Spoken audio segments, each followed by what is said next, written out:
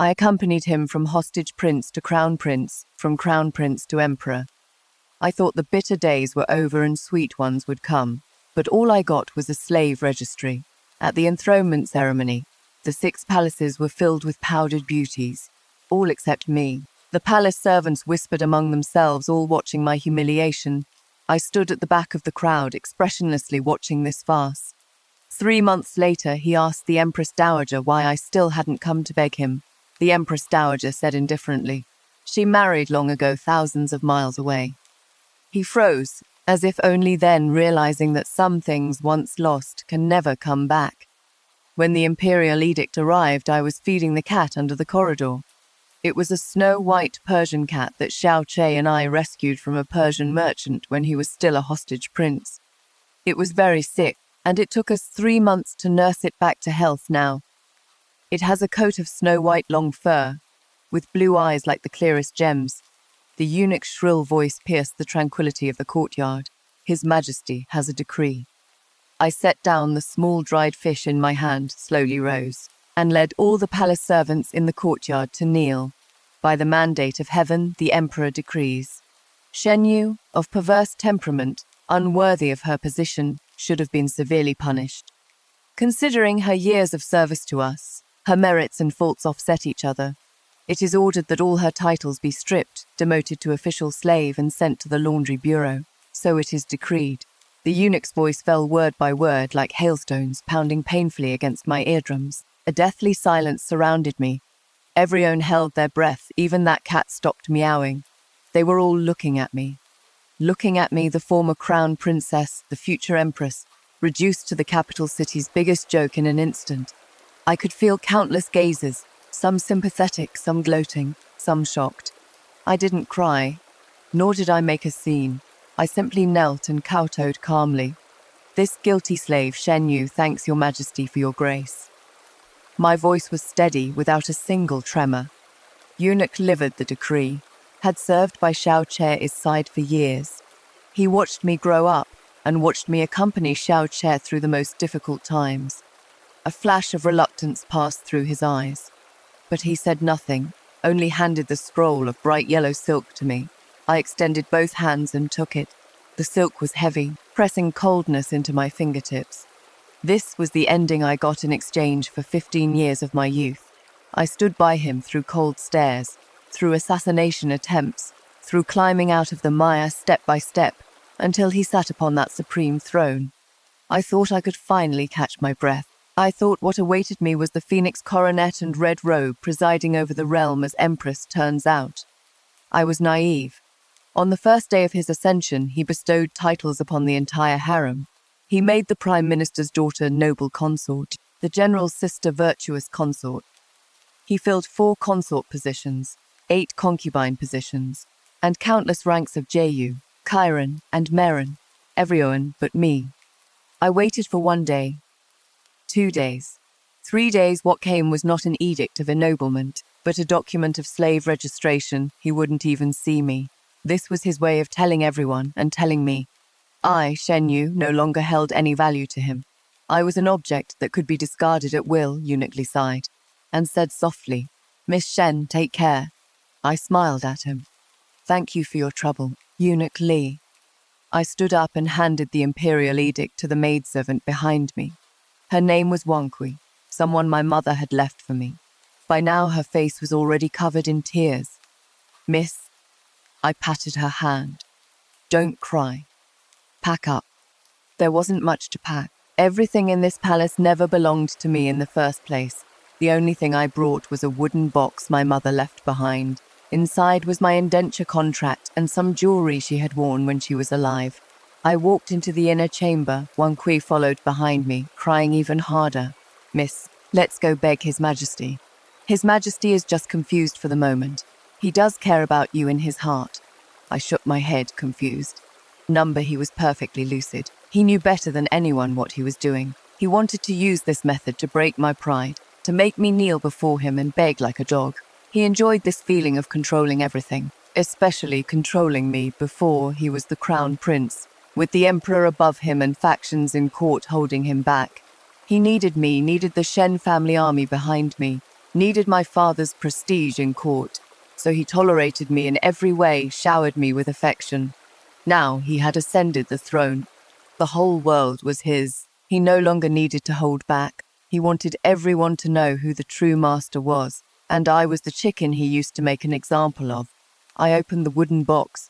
Everything inside was the same as before. I picked up the yellowed indenture contract. This was proof of my status as the Shen family's adopted daughter. I wasn't the Shen family's biological daughter. I was an orphan my father brought back from the battlefield. It was my father who gave me my identity, gave me my dignity. I was never ashamed of this, but Xiao Chou always used this to hurt me. He said I was lowborn to the bone. He said if it weren't for him, I wouldn't even be worthy of being his maidservant. I once thought those were just words spoken in frustration. Now it seems, those were his true feelings. Wang Kui was still crying. Miss, you can't go to the laundry bureau. That place is no place for humans. How can your body endure that? I put the indenture contract back into the box and closed the lid. Anywhere is better than staying here. I turned to look at her, my gaze calm. Wang Kui, are you willing to come with me? She froze, then nodded vigorously. This servant is yours in life, and yours in death, I smiled. This was the first time I smiled since receiving the imperial edict. Good, then let's go. Eunuch Li didn't take me away immediately. He said His Majesty has a verbal decree ordering me to go to the laundry bureau after tomorrow's ceremony. What ceremony? The investiture ceremony of the 6 palaces, of course. He wants me to watch with my own eyes as other women take the position that should have been mine. He wants me to watch with my own eyes as he and they share sweet affection, making others envious. He wants to use the cruelest way to tell me that I've lost completely and utterly. I nodded in agreement. All right, the night grew deep. I dismissed everyone, sitting alone by the window, gazing at the moon in the sky. I never thought about revenge, nor did I think about fighting for anything. I just felt tired. 15 years of walking on thin ice, 15 years of exhausting my mind, like a nightmare that would never end. Now the dream has ended. That is good. I gently caressed the string of Bodhi beads on my wrist. Father gave this to me when I left home. He said, if one day you feel weary, come home. Father will always wait for you. I closed my eyes. Father, your daughter is weary. I want to go home. The next day before dawn, I was awakened by the palace maids. No fine garments, no jewels. Just an old palace dress washed until it had faded. They combed my hair into the simplest bun, my face bare without any makeup. I looked at myself in the mirror, face pale, but eyes bright. Like cold stars tempered by fire, the investiture ceremony was held in the Hall of Supreme Harmony. I was arranged to stand at the very back of all the palace attendants observing the ceremony, the most inconspicuous corner. From here I could see that spirited man on the high platform draped in dragon robes, crowned with hanging jade beads. He truly had the bearing of an emperor, only those eyes were too cold. Drums and music sounded together, strings and woodwinds pleasing to the ear. To me, it was nothing but noise. The investiture ceremony began. By imperial decree, Lady Li, daughter of the Minister of Rights, is conferred the title of noble consort, granted residence in Changchun Palace. By imperial decree, Lady Wang, niece of the Grand General, is conferred the title of virtuous consort, granted residence in Yikun Palace. By imperial decree, Lady Zhao, daughter of the Vice Minister of Revenue, is conferred the title of consort Diwan. After another, graceful figures in magnificent ceremonial robes walked past me. They knelt before the man on the high platform to express their gratitude. Xiao Che's voice was gentle, carrying a hint of a smile. He personally helped the noble consort to her feet and whispered a few words in her ear. The noble consort blushed and lowered her head. That scene was indeed beautiful. A talented man and a beautiful woman, a match made in heaven. The palace attendants around let out envious murmurs. My heart utterly desolate. I could feel Xiao Che's sweeping vaguely in my direction. He was looking for me. He was looking for expressions of pain, jealousy, and resentment on my face. Too bad he was going to be disappointed. I just stood there quietly, like an emotionless puppet, watching this farce that had nothing to do with me. The newly appointed consorts noticed me.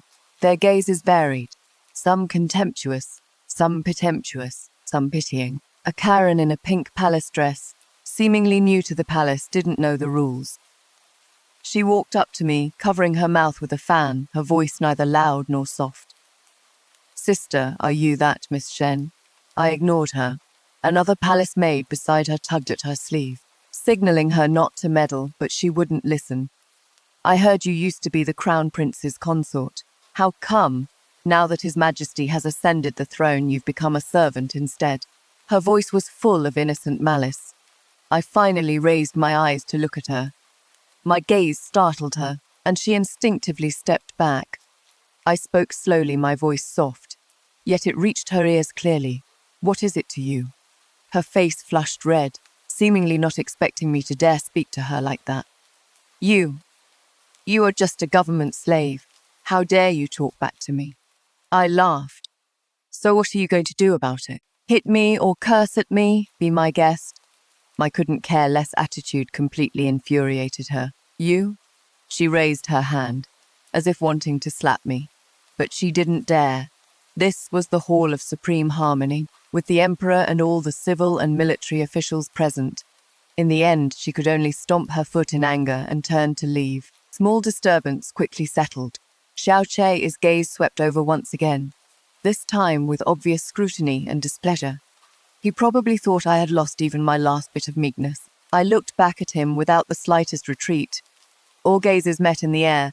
I saw the warning in his eyes.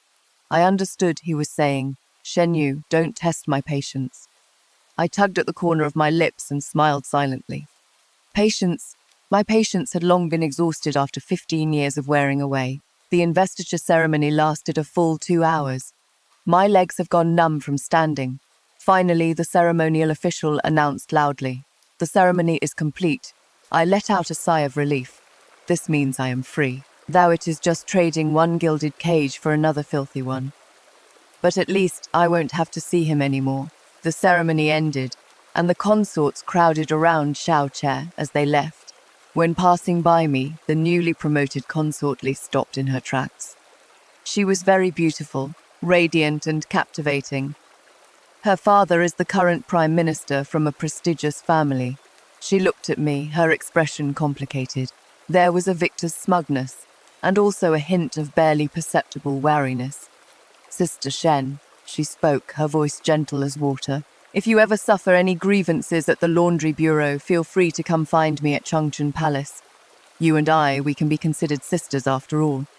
I looked at her and suddenly found it amusing. "Sisters? What kind of sisters are we supposed to be?" I replied indifferently. "I wouldn't dare trouble your highness, the noble consort." My coldness left her somewhat embarrassed. The palace maid beside her immediately scolded. "How impudent! You don't bow when you see the noble consort." I didn't move. I am now a government slave, not a palace servant. I only kneel to the emperor. This is the rule. Consort Li's expression turned somewhat unpleasant. Xiao Che watched from the side, saying nothing. He seemed quite pleased to see us clash. He wanted to see me humiliated, trampled underfoot. In the end, it was Consort Li who backed down first. She waved her hand and said magnanimously, "Forget it, Sister Shen is in a bad mood. I won't hold it against her." With that, she took Xiao Che's arm and gracefully walked away. The farce finally came to an end. 2 eunuchs in charge of escorting came over, expressionless. "Let's go." I nodded and followed them outside. Leaving the Hall of Supreme Harmony, the sunlight was blinding. I squinted and took one last look at this magnificent palace. Goodbye. I was about to step down the stairs. A voice came from behind. "Wait." I turned around. It was Nanny Sunday from the Empress Dowager's side. She walked up to me and gave me a curtsy. "Miss Shen, the Empress Dowager requests your presence." The Palace of Compassion and Tranquility was very quiet. Sandalwood incense wafted gently, dispelling the winter chill. The Empress Dowager sat at the head, wearing a deep purple casual robe, her hair combed immaculately. She looked somewhat tired, with faint dark circles under her eyes. Seeing me enter, she waved her hand and dismissed the attendants. Only the 2 of us remained in the hall. "Come, sit," she pointed to the spot beside her. I walked over as told and sat down on the brocade stool next to her. "I have wronged you." she spoke, her voice hoarse. I shook my head. Your Majesty is too hard on yourself. This is not your fault. She smiled bitterly. He is my son. How can I be free of responsibility? You are. These years you've been wronged. My nose felt a bit sour. Married to Xiao Che for 15 years, this was the first time I heard someone say you've been wrong to me. Not, you should be magnanimous. Not, you should be understanding. But you've been wronged. I lowered my head, holding back the wetness in my eyes. It is all in the past. The Empress Dowager looked at me, her eyes full of pity. I know you are a good child. If not for you, Che wouldn't have made it to where he is today. The Shen family is full of loyal martyrs, and your father is a pillar of the nation. Our Xiao family owes your Shen family. I didn't say anything. Oh or not, what is the point of saying all this now? He is already the emperor. When the ruler wants his subject dead, the subject has no choice but to die, let alone just wanting the dignity of an adopted daughter like me. The Empress Dowager took my hand and gently patted it. I know your heart has died. That is fine too. When the heart dies, it won't hurt anymore. She paused for a moment, then continued. Chair is doing this just to force you to submit. I can see through his little schemes clearly. He thinks you can't leave him, thinks you'll go beg him. He wants you to understand who your master is. I tugged at the corner of my lips. Yay. That is exactly what he thinks. Too bad he is wrong. The Empress Dowager looked at me, her gaze burning. Do you want to leave this place? I suddenly raised my head and looked at her. Leave. I've never thought about it. All land under heaven belongs to the king. I am a government slave. Where could I possibly escape to? The Empress Dowager seemed to see through my thoughts. I have a way. I can give you a new identity and send you out of the capital. Go somewhere no one knows you. And start over. My heart began to race wildly. Freedom. 2 words I had never dared to hope for. Why? I asked, my voice trembling slightly. Why would you help me? The Empress Dowager sighed. I told you. Our Xiao family owes you. Besides, I don't want to watch you be tortured to death by him. He has been blinded by power now. He won't listen to any advice. If you stay here, you'll only become a sacrifice for him to flaunt his imperial authority. I suppose this is also me accumulating some virtue for myself. She took out a document from her sleeve. This is the travel permit and household registration I've prepared for you. You are no longer Shen Yu. Your name is Lu Qinyang, the widow of an officer who died in battle. I've already arranged a marriage for you. The other party is General Zhao, who guards the borderlands. He once owed your father a debt of gratitude, and he is an upright and reliable man. He will take care of you. I looked at the document, my fingers ice cold. Marriage. Am I jumping from one fire pit into another? The Empress Dowager seemed to see through my resistance. Listen to me. You are a weak woman, all alone with no one to rely on. It is too hard to establish yourself out there. General Zhao will only be a husband in name. He won't make things difficult for you. This is the best arrangement I can make for you. Once you reach the borderlands, the sky is high and the emperor is far away. No matter how long Xiao Che's reach is, it won't extend there. I fell silent. I understood that the Empress Dowager was speaking the truth. I, a former crown princess demoted to a slave, would be an outcast wherever I went. Having the identity of a general's wife as cover would indeed save me a lot of trouble. I have only one condition. The Empress Dowager looked at me and said, word by word, never come back. Never see Xiao Che again. Can you do that? I raised my head and met her gaze. After a long while, I nodded firmly. I can. The Empress Dowager let out a sigh of relief, a hint of gratified smile appearing on her face. Good, stay at the Palace of Compassionate Tranquility for now. In a few days, I will arrange for you to fake your death and escape. When that time comes, you can leave this place of turmoil. I knelt down and gave her a deep bow. Thank you, Empress Dowager, for making this possible. This was my heartfelt gratitude. No matter what, she gave me a glimmer of hope. When I came out of Signing Palace, it was already dark. Wang Kui was waiting anxiously outside. Seeing that I was safe and sound, she let out a sigh of relief. Miss the Empress Dowager, I I shook my head, signaling her not to ask. I returned to the side hall where I was temporarily staying. I had her fetch a brazier. I opened the wooden box my mother had left me. Inside, besides the indenture contract and some old jewellery, there was also a wooden hairpin. It was carved by Xiao Che himself for me on my 15th birthday. It was made from the most ordinary peachwood. He said peachwood could ward off evil spirits. He said he would protect me for a lifetime. I once treasured this wooden hairpin like a precious gem. Now, looking at it, it was nothing but a joke. I picked up that wooden hairpin and threw it into the brazier without hesitation. The flames shot up at once, greedily devouring that piece of peachwood. Soon, it turned into a piece of charcoal. Wang Kui watched from the side, her heart pounding with fear. "Miss, you are." I didn't explain, I just quietly watched that fire. The firelight reflected on my face.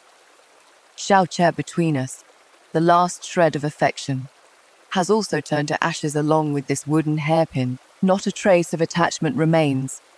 I stayed in Signing Palace for 7 days straight. During these 7 days, all was calm and peaceful. Xiao Che didn't send anyone to urge me to go to the laundry bureau. He seemed to tacitly accept the Empress Dowager keeping me in Signing Palace. Perhaps in his view this was merely the Empress Dowager being soft-hearted, wanting me to suffer a bit less. Or perhaps he felt that trapping me in Signing Palace was no different from sending me to the laundry bureau. Both were cages. He had plenty of patience to wait until all my edges were worn down, until I voluntarily went to beg for mercy before him. But I knew that beneath this calm surface, a massive storm was brewing. A storm sufficient for me to slip away like a cicada shedding its shell. The Empress Dowager revealed the entire plan. 3 days from now, news will spread through the palace that you drowned yourself in the lake, unable to bear the humiliation. Her voice was very calm, as if speaking of something that had nothing to do with her. This dowager has already ordered people to find a female corpse from outside the palace with a similar build to yours. When the time comes, it will be dressed in your clothes, adorned with your jewelry. This dowager has also made proper arrangements with the coroner. No one will suspect anything. I listened quietly, my heart unmoved. Death, for the former Shen Yu, perhaps it was a form of release. Then Wang Kui. The only one I can't stop worrying about is her. The Empress Dowager glanced at me and said, "After you leave, I will have her go guard the Imperial Mausoleum. Though it is a hard duty, it can keep her safe for life, far from the troubles of the palace. Rest assured, I will send people to look after her." I nodded. This was the best arrangement. The route out of the palace has also been arranged. That night, a cart carrying slop water will leave through the side gate of Signing Palace. Hide in the cart and you can leave the palace without anyone noticing. Summoner will meet you outside the palace and escort you all the way north until you reach Yanman Pass. Yanman Pass, the place where General Zhao is stationed, also my future home. I knelt down and kowtowed to the Empress Dowager once more. The Empress Dowager's great kindness, Shen Yu. No, Liu Qinyang will never forget. The Empress Dowager helped me up. Her eyes slightly reddened. Good child, remember, from now on, there is no more Shen Yu in this world. You must live well. Live for yourself just this once. I nodded firmly, and tears finally couldn't help but slide down. These past few days, Wang Kui has been sighing constantly. She thought I was still heartbroken over Xiao Che. She tried to comfort me over and over again. "Miss, how about we go beg His Majesty after all? When you stay silent like this servant feels scared." I just shook my head. The moment of parting had finally arrived. That night, I called her over to me. I gave her all the jewelry my mother had left behind. "Wen Kui, take these from now on. Find a good family to marry into, and don't think about me anymore." Wang Kui was so frightened she knelt on the ground, crying and shaking her head. "No, miss, this servant won't marry. This servant wants to serve you for a lifetime." I stroked her head, just like when she was little silly girl. "My mind is made up. If you truly see me as your mistress, then listen to me." I pressed a safety amulet into her hand. "Live well." She cried so hard, she nearly fainted. I hardened my heart and stopped looking at her. I was afraid that if I looked, I would never be able to leave. Outside the side hall, Nanny Sunday had already prepared a set of coarse cloth clothes. I changed into the clothes and wrapped my hair with a piece of grey cloth. The woman in the mirror had a sallow complexion and was utterly unremarkable. She was a completely different person from the once peerlessly elegant crown princess. I took one last look at this room. Here lies 15 years of my love and hatred intertwined. Now it is time to let go. Granny Sunday led me along a secluded path toward the side gate. The night was dark as ink. The cold wind cut to the bone. A slop cart reeking of foul stench stood in the corner. The driver was an elderly eunuch, keeping his head lowered the whole time, not daring to look at me. I didn't hesitate for a moment, bending down and crawling into that cramped, filthy carriage. The wheels rolled, starting to move forward. I knew I was riding away from my life, heading toward a brand new, unknown future. At the same time, Xiaoche was throwing a fit of rage in his bedchamber. The newly promoted consort Li had said something that angered him. Porcelain shards littered the floor. The palace servants knelt all over the ground, silent as cicadas in winter. Eunuch Li stood bowed to the side, eyes on his nose on his heart. Xiao kicked over the table beside him and roared, "Get out, all of you, get out." Consort Li, pale-faced, ran out sobbing. Deathly silence returned to the hall. Xiao irritably tugged open the collar of his dragon robe. He felt an inexplicable rage in his heart that he couldn't suppress no matter what. Those women, each and every one of them, only knew how to flatter and beg for favor.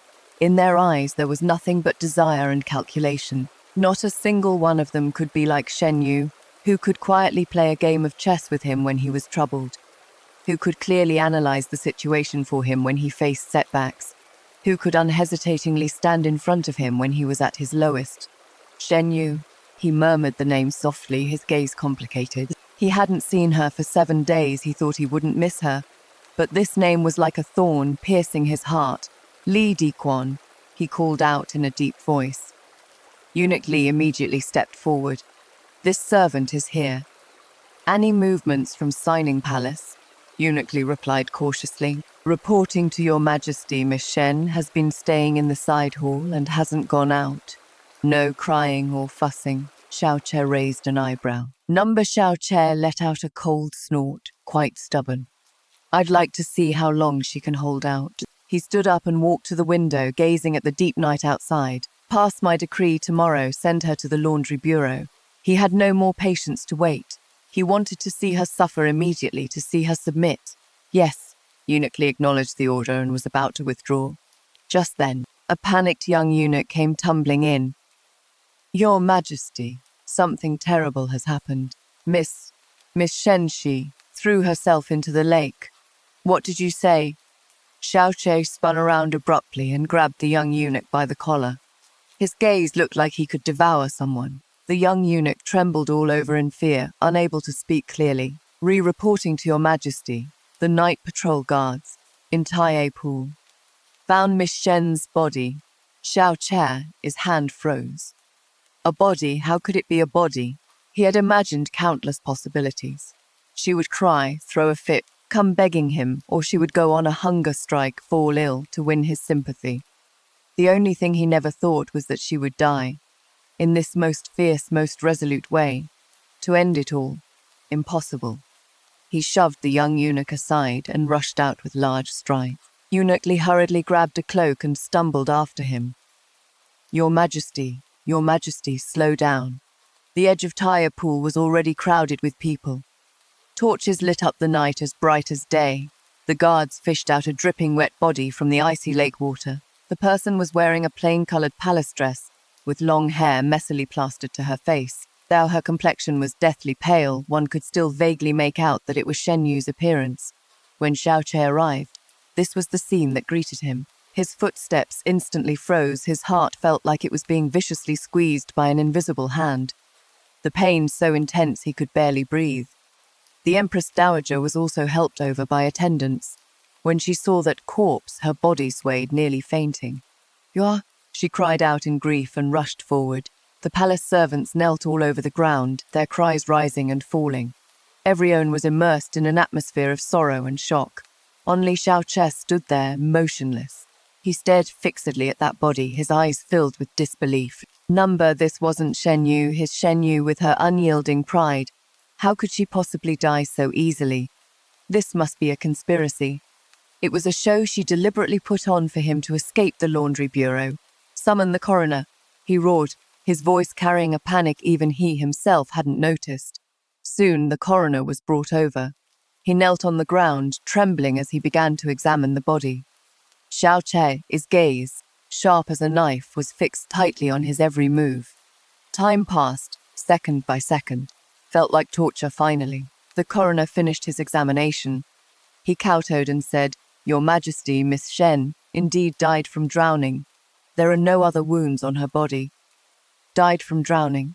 These 4 words struck Xiao Che's heart like 4 heavy hammers. He staggered back a step. How could this be real? She really died. The Empress Dowager was already crying too hard to speak. She pointed at Xiao Che, her whole body trembling.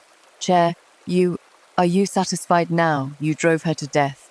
You, unfilial wretch." Xiao Che's mind went completely blank. He couldn't hear the Empress Dowager's cries and curses, nor could he see the looks of fear or pity from those around him. Before his eyes, there was only that cold, lifeless body. He thought back to 15 years ago. He was still an unfavored hostage prince, pushed into Taiye Pool by someone in the winter. It was Shen Yu who happened to pass by who jumped into the water without hesitation and saved him. The lake water back then was just as cold, but her embrace was warm. He remembered the Persian cat they had rescued together. He remembered the clothes she had mended for him. He remembered how she looked, scheming and planning for him through countless late nights. Those images he had deliberately forgotten now surged like a tide, nearly drowning him. He had always thought she couldn't live without him. He had always thought that no matter how he treated her, she would wait for him in the same place. He was wrong. With his own hands, he had pushed the girl whose heart and eyes were full of only him toward a dead-end number. He murmured to himself, slowly walking toward the corpse. Eunuch wanted to stop him but was shoved aside. He crouched down, reaching out, wanting to touch her face. But his hand trembled violently in mid-air. He didn't dare. He was afraid that bone-chilling coldness would remind him that she was truly gone. Just then, a guard found something in the corpse's hand. "Your Majesty, look." It was a wooden hairpin that had long been burned black, but Xiao Che recognized it at a glance. It was the one he had carved for her with his own hands on his 15th birthday. It was the first gift he had ever given her. She had always treasured it like a precious gem. Now it had gone to destruction along with its owner. The last shred of illusion was completely shattered. Xiao Che could no longer hold on. A mouthful of fresh blood sprayed out, staining the snow before him red. "Your Majesty," Eunuch cried out in alarm and rushed forward. Xiao Che's vision went black, and he completely lost consciousness. In a corner he didn't know about, the cart carrying slop had already smoothly driven out of the palace gate. Inside the carriage, I lifted open a small crack and looked back. The tall palace walls looked like a silent giant beast in the night. "Goodbye, Xiao Che. Goodbye, Shen Yu. From now on, I am just Lu Qinyang." This was an extremely beautiful physical severance and asset reset. Xiao Che's power system had a fatal underlying bug. He thought he could use environmental pressure, the laundry bureau, to tame the female lead, but underestimated an independent individual's decisiveness in abandoning sunk costs. The female lead didn't fall into the inefficient internal drain of proving her innocence or begging for mercy, but directly cancelled her system ID in this toxic ecosystem through faking death. When the operator withdrew with her core value, the tyrant who thought he controlled everything could only embrace a pile of soulless code, power and ashes, and head toward collapse. The first rebound from emotional rock bottom was officially complete. From the capital city to Yanman Pass, the journey was long, taking over a month. This journey was not peaceful. We encountered mountain bandits and also ran into rogue soldiers. Fortunately, the people the Empress Dowager sent to escort me were all top-notch experts. Every time we escaped danger unscathed. I sat in the bumpy carriage, watching the scenery rapidly recede outside the window. This was my first time seeing the world outside the Forbidden City. There were refugees in tattered clothes, vendors hawking along the streets, and farmers toiling in the fields. All of this was completely different from my past 15 years of life. That vivid scene, full of the warmth of everyday life, brought my heart back to life. Little by little, Wankwi didn't come with me. I left her enough silver and jewelry, and also asked the Empress Dowager to look after her. I knew she would be fine. As for me, I had to walk toward my new life alone. The leader of my escort was called Uncle Chen, a taciturn middle-aged man. He said he was a veteran of the Shen family army and had once received kindness from my father throughout the journey. He took great care of me, yet never asked a single extra question. I could feel that his respect for me came from the heart, not because I was once the Crown Prince's consort, but because I was General Shen's daughter. This feeling made me feel very at ease. We traveled by night and rested by day, heading north the whole way. The further north we went, the colder the weather became. The lush greenery of the south had given way here to only bare branches and endless desolation. Yet I felt that the air here was much freer than in the capital city. Finally, on the 35th day after leaving the capital city, we arrived at Yanman Pass. From afar, I could see that majestic fortress like a giant dragon perched between heaven and earth.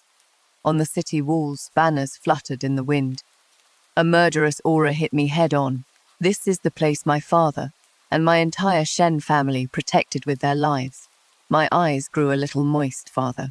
I've come back. The carriage stopped in front of the city gate. Uncle Chen stepped forward and handed over the documents. After the guards verified them, they quickly let us through. Only after entering the city did I realize it wasn't as desolate as I had imagined. The streets were clean, shops lined the roads, and though the people were dressed simply, their faces showed contentment and peace. It seems that General Zhao has governed this place very well. Uncle Chen brought me to a secluded residence. The house wasn't large, but it was very clean. At the entrance stood a man in armor. He was tall and imposing, with a resolute face and eyes as sharp as an eagle's just standing there. He exuded an aura of authority without anger. This must be Zhao Yi, General Zhao. When he saw me get off the carriage, he walked over quickly. He didn't look at me, but first bowed to Uncle Chen. Brother Chen, it must have been a hard journey. Uncle Chen waved his hand. General Zhao is too kind. This is my duty. After that, he turned to me and bowed. Madam, I have safely delivered you here. I must return to the capital immediately to report. Please take care of yourself. I curtsied to him. Thank you, Uncle Chen, for escorting me all the way. Uncle Chen nodded, and with his men, turned and left without any hesitation. At the gate of the residence, only Zhao Yi and I remained. The atmosphere was a bit awkward for a moment. He seemed not good with words, just looking at me, his gaze carrying a hint of scrutiny and a trace of barely noticeable sympathy. After a long while, he finally spoke in a deep voice, Lu Qinyang. I nodded, yes, go in. He pushed open the courtyard gate and stepped aside to let me in first. I followed him into the courtyard. A plum tree was planted in the yard, blooming in full splendor. A woman in her 40s came out to greet us and bowed. General. Madame Zhao Yi pointed at her and said to me, "This is Aunt Wang. From now on, she will take care of your daily needs." Then he said to Aunt Wang, "This is Madame. From now on, she will be the mistress of this residence." Aunt Wang agreed with a smile, her eyes full of kindness when looking at me. Zhao Yi led me on a tour of the residence. A 2-courtyard compound, not large but complete with everything. Everything was new. It was clear that it had been specially prepared for me. Finally, he took me to the main room. He stopped in his tracks and turned to look at me. "I've already received the Empress Dowager's letter. General Shen saved my life. Your matters are my matters." His voice was firm and resolute. "Rest assured and stay here. It is very safe. In name, you are my wife, but between us, it ends there. I won't make things difficult for you, nor will I touch you. If you wish to live here for the rest of your life, I'll provide for you for the rest of your life. If you wish to leave someday, I'll prepare travel money and see you off." His words were open and upright, dispelling the last trace of worry in my heart. I gave him a deep bow. "Thank you, General Zhao." He gently helped me up. "No need for such formalities. I am stationed at the military camp year-round and rarely come back. If you need anything, just tell Auntie Wang directly with that." He turned to leave, General. I called out to him. He turned back. I looked at him and asked earnestly, "Is there anything I can do for you?" He paused, seemingly not expecting me to ask that. He thought for a moment and said, "Can you do accounting?" I nodded, "Yes." He pulled out a thick stack of military records from his robe. "The military accounts are quite complicated and we're short on hands. If you don't mind the trouble, help me sort through them." I took that stack of account books as if taking on a burden weighing 1,000 pounds. It also felt like I was receiving my brand new life. All right. Meanwhile, in the capital city 1,000 miles away, more than a month had already passed. Xiao Che's body had long since recovered, but he himself seemed to have had his soul ripped away. He became increasingly gloomy and irritable, his moods unpredictable. In the imperial court, everyone feared for themselves. In the inner palace, no one dared to cross him. Consortly served him trembling with fear, yet couldn't even get a pleasant look from him. He often stayed alone in the imperial study until late at night. He would stare at the seat where Shenyu once sat, at the brush and ink she once used. His heart ached in waves. He had people dredge the entire tire pool, but could no longer find anything of hers. As if she had truly, just like that, cleanly disappeared from his world. He didn't believe it. He didn't believe she had just died like that. He began visiting Signing Palace frequently. He wanted to get some answers from the Empress Dowager, but every time the Empress Dowager saw him, her face was full of coldness and grief. "The dead cannot return to life. Your Majesty, please restrain your grief. You are now the Son of Heaven. You should prioritize state affairs." When he pressed too urgently, the Empress Dowager would shed tears. "What more do you want? You've already driven her to death. Must you deny her peace even after she is gone?" Every time Xiao Che could only return in disappointment. Yet the doubts in his heart grew heavier and heavier. He didn't believe Shenyu was dead, but then where could she be? My days at Yanman Pass were peaceful and fulfilling, like a dried-up riverbed finally welcoming a gentle stream. Zhao Yi was true to his word. He really did rarely come back. The military camp was his home. This residence was merely a temporary way station he'd set up to settle me. Aunt Wang was a warm-hearted woman. Her husband and son had both died on the battlefield against the northern barbarians. She had a natural affinity and respect for soldiers. Knowing my identity, as the widow of a fallen general, she took extra care of me. She never asked about my past, only prepared different dishes for me each day. She said I was too thin. The borderlands winds were strong, and without putting on some weight, a gust could blow me away. I often sat with her in the courtyard, basking in the sun and listening to her talk about the town's happenings, whose daughter had gotten married, whose son had passed the imperial examinations. These trivial stories, full of everyday warmth, were things I had never encountered in the Deep Palace. My main work was organizing the mountains of military account books. Zhao Yi was right. The accounts were indeed quite complicated. The distribution of military pay, the allocation of provisions, the wear and tear of weapons. Every single item needed careful verification. But for me, this wasn't difficult back in the Eastern Palace. I had helped Xiao Che handle many of his documents. I got the hang of it quickly. I sorted all the accounts into categories, rewrote them, and made everything clear at a glance. I also discovered some errors in the old records. Some were careless mistakes, but others seemed deliberately done. I marked all of these and noted my concerns. About half a month later, Zhao Yi finally returned. He was travel-worn, still carrying the smell of gunpowder and dust. When he saw the ledgers I had organized, a flash of surprise crossed his eyes. He hadn't expected that I, a seemingly delicate noble lady from the capital city, could handle these complicated accounts so methodically. "You've worked hard," he said in a deep voice. "Just doing my duty," I replied calmly. I pointed out the problems I had discovered to him. His expression grew more and more serious as I explained. "I never noticed any of this." He looked at me, his eyes now holding a few more shades of respect. "You've done me a great favor." I shook my head. "The general is too kind. It is my honor to do my part for the soldiers defending the borderlands." He was silent for a moment, as if thinking about something. Then he took out an oil paper package from his coat. "This is the most famous roasted lamb leg in town. Try it." After saying that, he put the food down and hurriedly left again. Looking at the still warm oil paper package, a warm current passed through my heart. Between him and me, there was no romantic love, only a pure comradeship based on gratitude and respect. This kind of relationship made me feel very comfortable. I didn't need to please anyone, nor did I need to guess anyone's thoughts. I only needed to be myself. Aunt Wang walked in with a smile, sliced the lamb leg and arranged it on a plate. "Madam, this is the first time the General has ever brought something back to the residence. It seems the General truly values you in his heart." I smiled and said nothing. Days passed one by one. Winter at Yanman Pass came especially early. Cold winds howled, heavy snow fell. The world was a vast expanse of white. I gradually got used to life here, got used to the biting cold wind, got used to the coarse food, got used to dealing with numbers every day. I even started to like it here, liked the simplicity, the purity and the openness here. In the quiet of the night, I would occasionally think of the past in the capital city.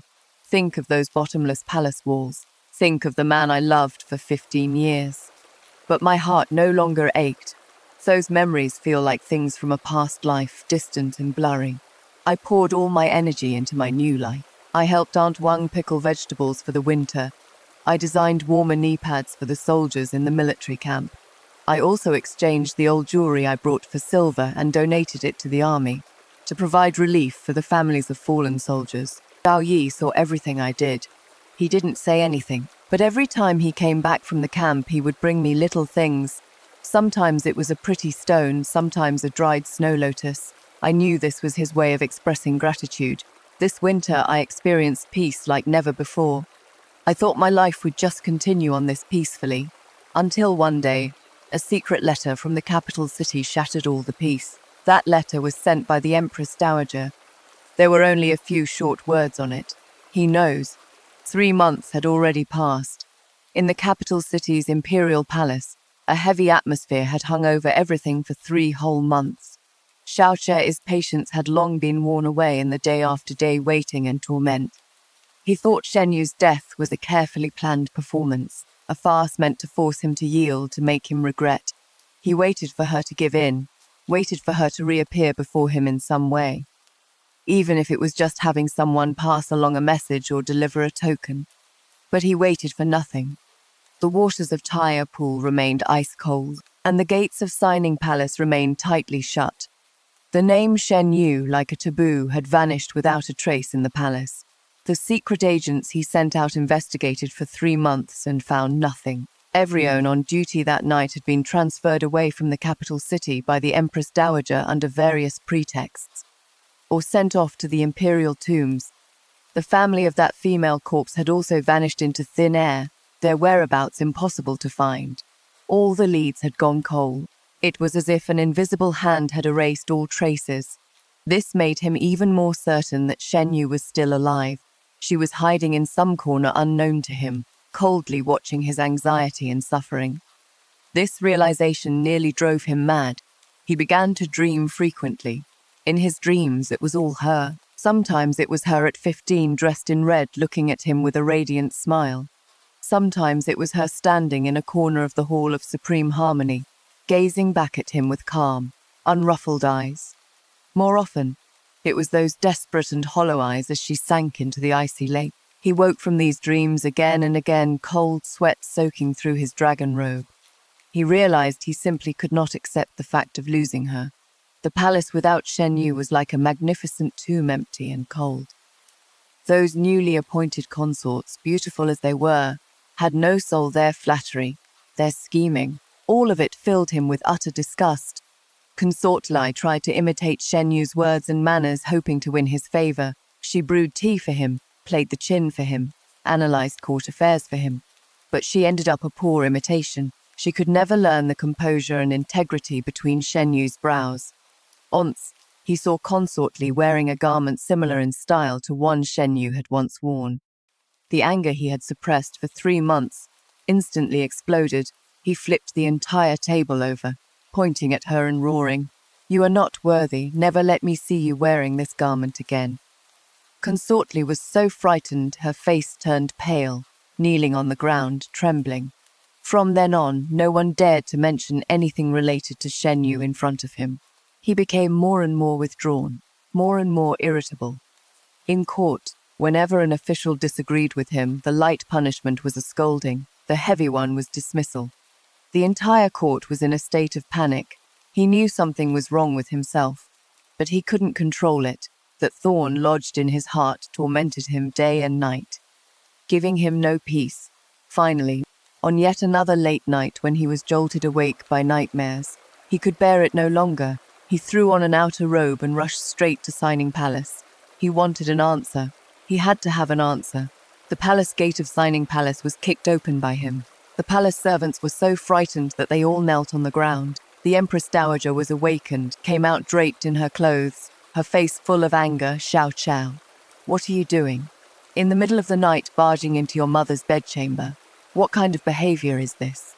Xiao Qiao's eyes were bloodshot. He approached the Empress Dowager step by step, his voice hoarse as if scraped by sandpaper. Mother, where is she? Where have you hidden her? The Empress Dowager looked at his crazed appearance, feeling a sharp pain in her heart, yet her face remained calm. I don't know what you are talking about. Yor is already dead. You forced her to her death. No, she is not dead. Xiao Qiao roared like a trapped beast. You can't fool me. I know she is still alive. It has been 3 months. Why hasn't she come to beg me? Why hasn't she come back? He grabbed the Empress Dowager, shaking her forcefully. Tell her. I don't blame her anymore. I'll make her Empress. I'll give her the position of Empress. As long as she comes back. Looking at his appearance, humbled to the dust, the Empress Dowager suddenly felt it was very pitiful. If he had known it would come to this, why act that way in the first place? She slowly pushed away his hands, her gaze cold as frost. She looked at him, word by word, speaking clearly. She won't come back. Xiao Qiao froze. The Empress Dowager stepped back, putting distance between them, a hint of satisfied coldness on her face. Did you think she would wait for you in the same place forever? Xiao Qiao, you think too highly of yourself. I married her off long ago. Now she is thousands of miles away, as a number as a wife, living very happily.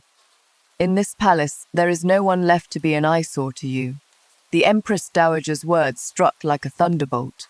Exploding in Xiao Qiao's mind, marriage as a number as a wife. His body swayed violently, almost unable to stand steady. Impossible. This is absolutely impossible. His Shen Yu, that Shen Yu whose heart and eyes were full of only him. How could she possibly marry someone else? No, he murmured absent-mindedly, his eyes filled with bloodshot veins. You are lying to me. You must be lying to me. He suddenly raised his head, like an enraged lion, staring fixedly at the Empress Dowager. Who did she marry? Where is he? I will kill him. I will have him cut into 1,000 pieces. His voice became shrill from extreme rage, sounding particularly piercing in the silent night. The Empress Dowager looked at him coldly, without a trace of warmth in her eyes. Kill her? And then what? Capture her again, lock her in your gilded cage, and continue to torment her. Xiao Qiao, what gives you the right? The moment you sentenced her to slave status, all ties between you two were already severed. She is no longer your crown princess. She is a free person. Who she wants to marry is her freedom. What does it have to do with you? The Empress Dowager's words struck at the heart. Every word was like a knife, stabbing ruthlessly into Xiao Qiao's heart. He clutched his chest in agony, feeling a metallic sweetness surge up his throat. He had always thought she was his. No matter how he treated her, she would forever be his possession. He had never imagined that one day she would belong to another man. This realization was more painful to him than death itself. The flames of jealousy instantly burned away all his reason. He rushed forward and knocked over the incense burner on the table. Scalding incense ash scattered all over the floor. Tell me, where exactly is she? He looked like a madman, his eyes bloodshot. If you won't tell me, I will raze this Signing Palace to the ground. The Empress Dowager was startled by his appearance, but quickly composed herself. She steadied herself against the table, straightened her body with a mocking smile on her face. Go ahead, if you raise this place. I will bash my head against this pillar and die. I'd like to see how the history books will write about you, an emperor who drove his own mother to death. You, Xiaoche trembled with rage, yet had no way to deal with her. He knew that if his mother said it, she would do it. He could disregard what the world thought of him, but he couldn't bear the eternal infamy of driving his own mother to death. He staggered back a few steps and collapsed into the chair. It was as if all the strength had been drained from his entire body. The hall fell into a deathly silence. Only his heavy breathing remained. After a long while, he finally raised his head, his voice carrying a hint of pleading. Mother, please, I am begging you, tell me, where is she? I just want to see her one more time. The Empress Dowager looked at his lost and broken appearance, feeling no pity in her heart, only endless disappointment. See her, and then what? Tell her you regret it. Promise her another empty title of Empress. Xiaoche, you don't understand her. What she wanted was never the phoenix coronet and red robe, nor to be the mother of the nation. What she wanted was simply respect and equal love. And these you cannot give. You only love yourself. Only love your imperial power. The Empress Dowager closed her eyes, as if unwilling to look at him anymore. Leave. I am tired. From now on, do not come to Signing Palace again. Just pretend you never had me as your mother. And forget about Shen Yu too. She is already dead. Died on the day you decreed to demote her to a government slave. Xiaoche walked out of Signing Palace, his soul shattered.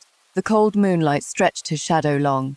He wandered the empty palace path like a lost ghost. Forget her. How could he possibly forget? Her name had long been carved into his bones and blood, becoming an obsession in his life that could never be removed. He returned to the imperial study. Li Dequan followed behind cautiously, not even daring to breathe heavily. Xiaoche stood before the desk, staring at that empty chair. That had once been her exclusive seat. He suddenly went mad, sweeping everything off the desk onto the floor. Memorials, brushes and inkstone, scattered all over the ground. He panted heavily, his chest heaving violently. Number, he couldn't just let it go like this. She was his even if she died, turned to ashes. She could only be his. He spun around abruptly and ordered Li Dequan, pass my decree. Send people immediately to investigate for me. Search every corner of Great Zhou. Investigate all women who got married within the last 3 months, especially those who married soldiers from the borderlands. Even if you have to dig 3 feet into the ground, find her for me. His voice was as cold and sinister as a demon from hell. Li Dequan was so frightened that he knelt on the ground, kowtowing repeatedly. This servant obeys the decree. A frenzied search that would sweep across the entire nation had thus begun. Meanwhile, at Yanman Pass, 1,000 miles away, the heavy snow had just cleared. I was sitting by the window, holding a cup of hot tea in my hands, gazing at the plum tree in the courtyard covered in white snow. Aunt Wang brought over a plate of freshly baked pastries. Madam, try these. It is a new recipe I just learned. I smiled and took one, biting into it. Sweet but not cloying. Very delicious.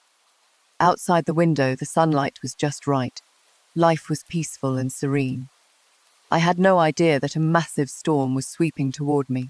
Xiaoche's decree spread like a sudden plague, rapidly sweeping across the entire Great Zhou dynasty. Countless spies and officials were dispatched to every corner of the nation.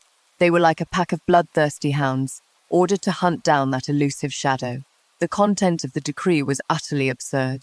Investigate all women who had married within the past 3 months, especially those who had married military commanders. In an instant, the court and the public were shaken, and people were gripped with fear. Countless newlywed families were harassed without cause. The officials barged into civilian homes, interrogating the new brides about their origins and verifying their appearances. Anyone who didn't quite match, or whose background was unclear, was forcibly taken away and escorted to the capital city. Resentment spread among the people, yet they dared not voice their anger. They couldn't understand why the lofty emperor would issue such an absurd order. The imperial court was even more lifeless. Xiaoche had completely given up his pretense. He no longer bothered with state affairs, locking himself in the imperial study all day. Like a restless caged beast, he reviewed the secret reports sent back from various regions. Each report came with a portrait of a woman attached. He looked at them one by one, comparing them one by one. Hope and disappointment alternated repeatedly in his eyes. But none of the women in those portraits looked like the one in his memory. His temper grew worse and worse. The slightest thing could trigger his thunderous rage. A palace maid accidentally knocked over a teacup and was ordered to be dragged out and beaten to death. A minister misspoke a single word during an audience and was dismissed on the spot, never to be employed again.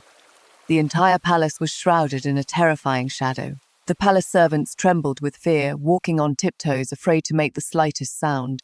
The consorts in the inner palace were even more silent as cicadas in winter. They tried every way to please him, but all they got in return were his increasingly cold eyes. Consort Li's belly was gradually beginning to show. This is the eldest prince. It should have been the greatest of joyous occasions, but Xiao Che. He never even went to look at her once, as if that child had nothing to do with him. In his heart, in his eyes, only one person remained. A person he pushed away with his own hands, yet desperately wanted to find again. Shen Yu. This name became his inner demon, day and night, gnawing away at his sanity. He began to focus his search on the borderlands, especially the northern frontier. He remembered that Shen Yu's father, General Shen, had once guarded the northern frontier for many years. Most of the Shen family army's former subordinates were concentrated there. If someone wanted to hide her, the northern frontier would be the best choice. One by one, the names of border generals were written on paper by him. Then he crossed them out one by one. Finally, his pen tip stopped on one name, Zhao Yi, commander of Yanman Pass. He remembered this person. This man was once a trusted confidant, personally promoted by General Shen. Upright and incorruptible, fierce in battle with extremely high prestige in the army. Most importantly, he heard that this Zhao Yi, over 30 years old, had never married. Yet 3 months ago, he suddenly brought back a distant cousin from the capital city and directly married her as his legal wife. The timing is too coincidental. A glint of sinister light flashed through Xiao Che's eyes. He picked up the vermilion brush and drew a heavy circle around Zhao Yi's name. He stood up, walked to the window, and gazed toward the north. His voice was ice-cold and resolute. Issue the decree. Order Supervisory Censor Zhang Heng to depart immediately for Yanman Pass. On my behalf, inspect the border defenses. And while you are at it, he paused, a cruel smile curling at the corner of his lips. Go meet that newly appointed general's wife. Li Diquan knelt on the ground, his body trembling uncontrollably. He knew that a bloody storm was about to descend. Yanmen Pass would never know peace again. Spring at Yanmen Pass always came particularly late. The capital city was already lush with green willows and red flowers, but here the cold wind still howled. But for me, this biting wind smelled far better than the suffocating warm incense of the palace.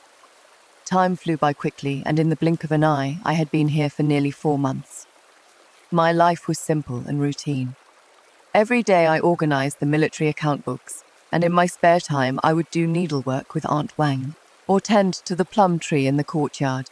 Under Aunt Wang's careful care, my body gradually filled out a bit. My pale face finally had some color to it. The me in the mirror was no longer that haggard Shen Yu, but rather an ordinary woman with a rosy complexion and calm eyes. Liu Qinyang. My interactions with Zhao Yi remained as plain as water. He was a true man of honor, keeping his promises, upright and open-hearted. Except for those first few times, he hardly ever set foot in the backyard where I lived. Between us, we were more like 2 tenants living under the same roof, each doing well on our own, not disturbing each other. But his care for me showed in the small details. He knew I was sensitive to cold, so he had the best silver charcoal sent over. He knew I liked reading, so he asked merchant caravans to bring back many rare books from the south. Every time he returned from the military camp, he would still bring me some curious little trinkets, a stone with an unusual shape, an eagle's feather, or even a dried wild fruit.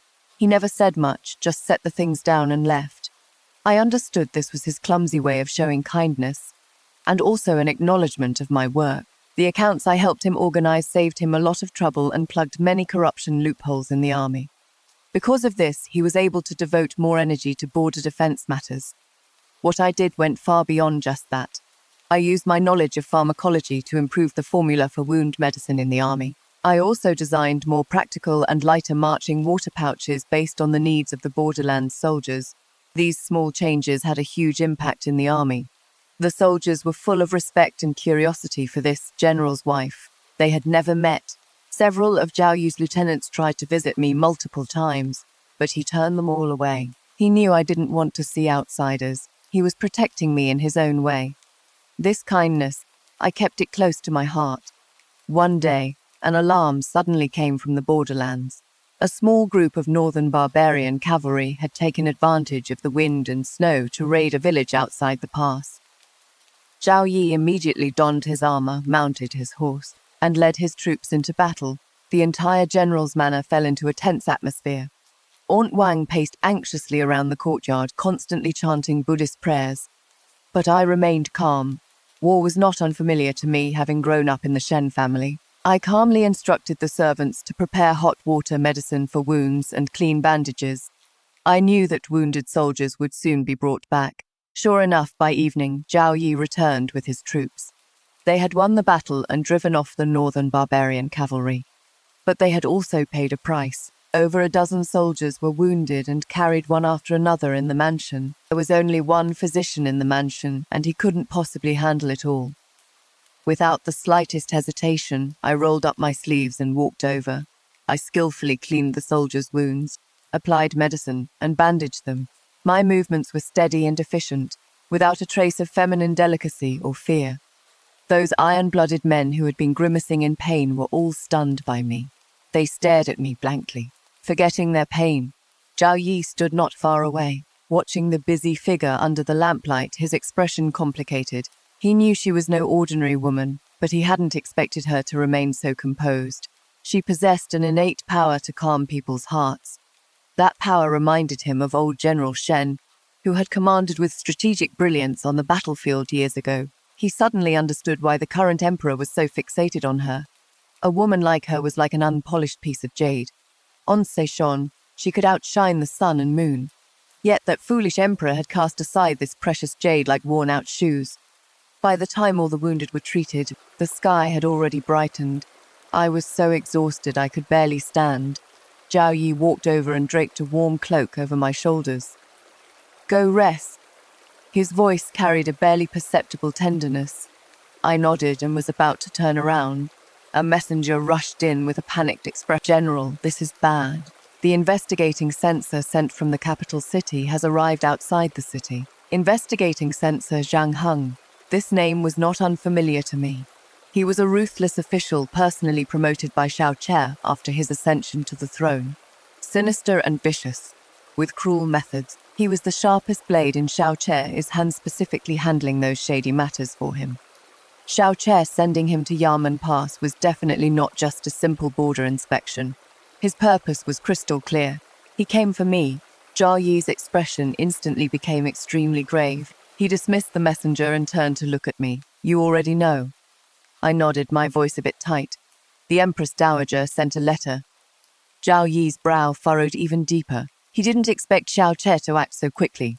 "He's going to turn all of Great Zhou upside down," he said in a low voice, a hint of anger in his tone. "To find you, he is nearly gone mad."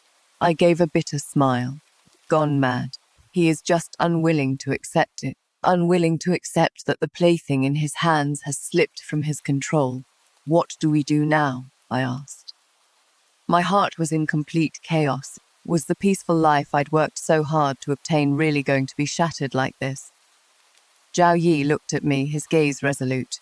"Don't be afraid, I am here," just 4 simple words, yet like a warm current. They instantly soothed the panic in my heart. Looking at his resolute face, I suddenly felt that if the sky were to fall, perhaps he really could hold it up. He pondered for a moment and quickly came to a decision. "Zhang Heng's visit will surely mean he'll try every way possible to see you. There is no way to hide from this. We can only deal with things as they come." He looked at me and instructed word by word. "From now on, you must remember, you are Lu Qinyang, an ordinary widow who married me out of gratitude for taking you in. Your words and actions must not show any trace of your former self. Be timid, Be humble, be like any ordinary housewife. When you see officials, know to be afraid, know to shrink back. Can you do that? I nodded firmly. I can. Acting is nothing new to me. During those 15 years in the Eastern Palace, I was acting every single day, playing a gentle and virtuous crown prince's consort. Now, it is just a different role. Zhao Yi still seemed uneasy and added, "Your complexion is too healthy. You don't look like a widow who has been ill for a long time." "Aunt Wang," he called out. Aunt Wang hurried in. "What are your orders, General?" "Go, find a way to make Madame's complexion look more haggard." Aunt Wang was stunned for a moment, but immediately understood. She glanced at me, her eyes full of worry, but she didn't ask anything, just nodded. This servant understands. Soon Auntie Wang brought over a bowl of yellow powder, mixed it with water, and had me apply it to my face. It was the juice of a certain plant that, once dried, would make the skin appear sallow and rough. I also deliberately drew faint dark circles under my eyes. In just the time it takes for an incense stick to burn, the person in the mirror had become unrecognizable. Sallow and thin, with a timid look in my eyes. I looked just like a malnourished, frightened village woman who had lived in constant fear. Even I could barely recognize myself. Zhao Yi looked at my appearance, a flash of heartache in his eyes. But it was quickly replaced by resolve. "Very good, remember, no matter what," he asked. "You only need to shake or nod your head. Say less, make fewer mistakes. Leave everything to me." I nodded again. At the Chen hour in the morning, the carriage of Supervisory Censor Zhang Heng, escorted by a squad of imperial guards, majestically entered Yanman Pass. Zhao Yi led all the vice-generals to personally welcome him at the city gate. Zhang Heng was around 40 years old, tall and thin, with a goatee, and a pair of triangular eyes that gleamed with shrewdness and harshness. He stepped down from the carriage holding a bright yellow imperial edict in his hand, his face bearing a condescending arrogance. "General Zhao, I trust you've been well," he said with a smile that didn't reach his eyes. "I appreciate Lord Zhang's concern." Zhao Yi replied expressionlessly. After a round of hypocritical pleasantries, Zhang Heng read out the imperial edict. It was nothing more than some bureaucratic formalities about commending the borderland soldiers and inspecting defences. After finishing the reading, Zhang handed the imperial edict to Zhao Yi, his gaze seemingly casually sweeping over the residence behind him. "I heard General Zhao is newly wed. How delightful, congratulations are in order." He finally brought it up. Zhao Yi's heart sank sharply, but his face remained composed. "Thank you, Lord Zhang." Zhang Heng stroked his goatee and said leisurely, "This official has been ordered by His Majesty the Emperor to inspect the borderlands, and should also look after the families of the soldiers. I wonder if this official might have the honor of meeting this remarkable woman who has captured General Zhao's heart." His words sounded perfectly proper and dignified, but those triangular eyes were filled with ill-intentioned scrutiny. "He is here." This Hongmen banquet was ultimately unavoidable. Zhao Yi bowed in salute, his voice steady. "Please, my lord, my wife is in the back courtyard. I'll take you there right away." The back courtyard wasn't large, but it was kept clean and elegant. Zhang Heng's gaze, like a viper's flickering tongue, quickly swept over every corner of the courtyard. Finally, his eyes settled on the plum tree in full bloom. A barely perceptible glint flashed in his eyes. I was sorting dried herbs with Aunt Wang under the corridor. Hearing the footsteps, I lifted my head in surprise, then hurriedly lowered it again, my hands fidgeting nervously with the hem of my clothes. Zhao Yi's steady voice rang out. "Seventh Lady, this is Lord Zhang from the capital city. Come and pay your respects to his lordship." I dawdled as I stood up and walked over to them. I didn't dare raise my head, only bent my knees and timidly performed a Wanfu curtsy. This commoner's wife, surnamed Liu, greets your lordship." My voice was as faint as a mosquito's buzz, with just the right hint of trembling. Zhang Heng didn't immediately tell me to rise. He scrutinized me from above, his gaze as if trying to see right through me inside and out. I could feel his eyes lingering repeatedly on my face and hands. He was searching for any trace that didn't belong to the identity of Liu Qinyang. Time seemed to freeze at this moment. In the courtyard, only the rustling sound of wind blowing through the plum tree branches remained. After a long while, he finally spoke in a leisurely manner. Raise your head. His voice was cold and sharp, like an awl drilling straight into one's ears. My body trembled involuntarily. I slowly, bit by bit, raised my head, my eyes filled with fear and unease.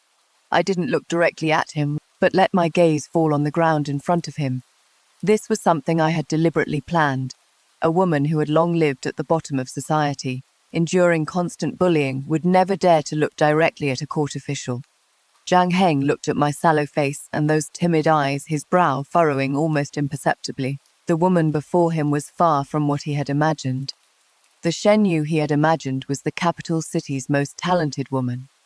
The crown prince's consort who once outshone all 6 palaces. She should have been stunning and elegant, with an otherworldly grace even in destitution. Her noble spirit would be impossible to conceal, but this woman before him, coarse, lowly, utterly unremarkable. Like a weed you could find anywhere by the roadside. Could it be they had made a mistake? "You are Liu Qinyang?" he asked again, a hint of uncertainty in his tone. I nodded vigorously, my lips trembling, unable to utter a single complete sentence. Zhao Yi stepped forward, positioning himself in front of me without drawing attention. "Reporting to your lordship. This is my humble wife."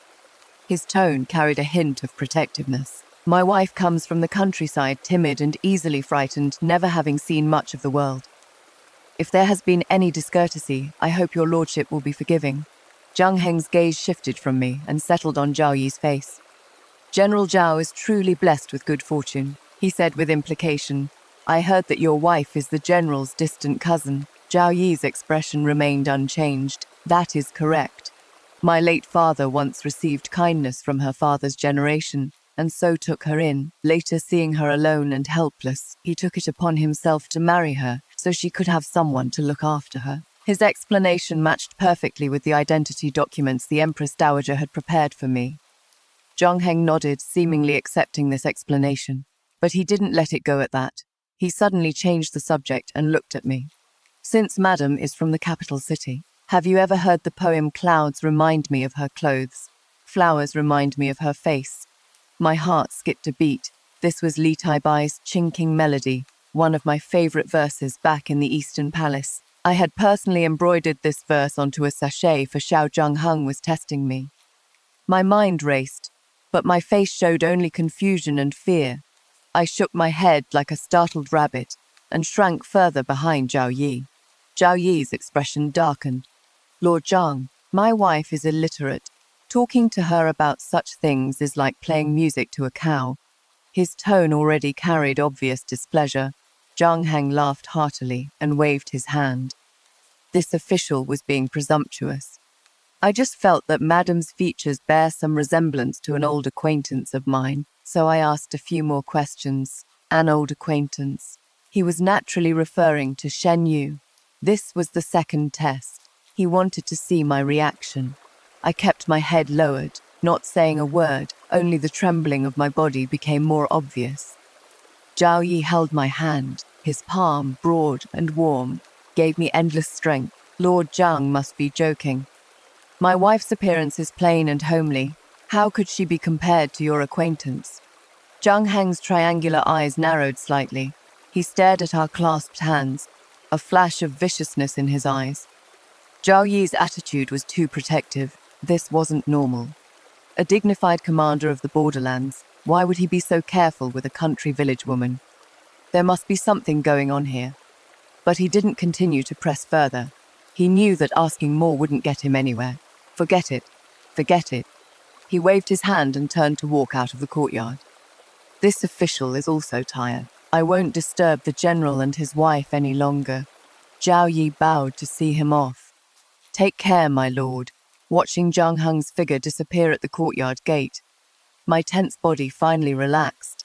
My whole body felt drained, my back already soaked with cold sweat.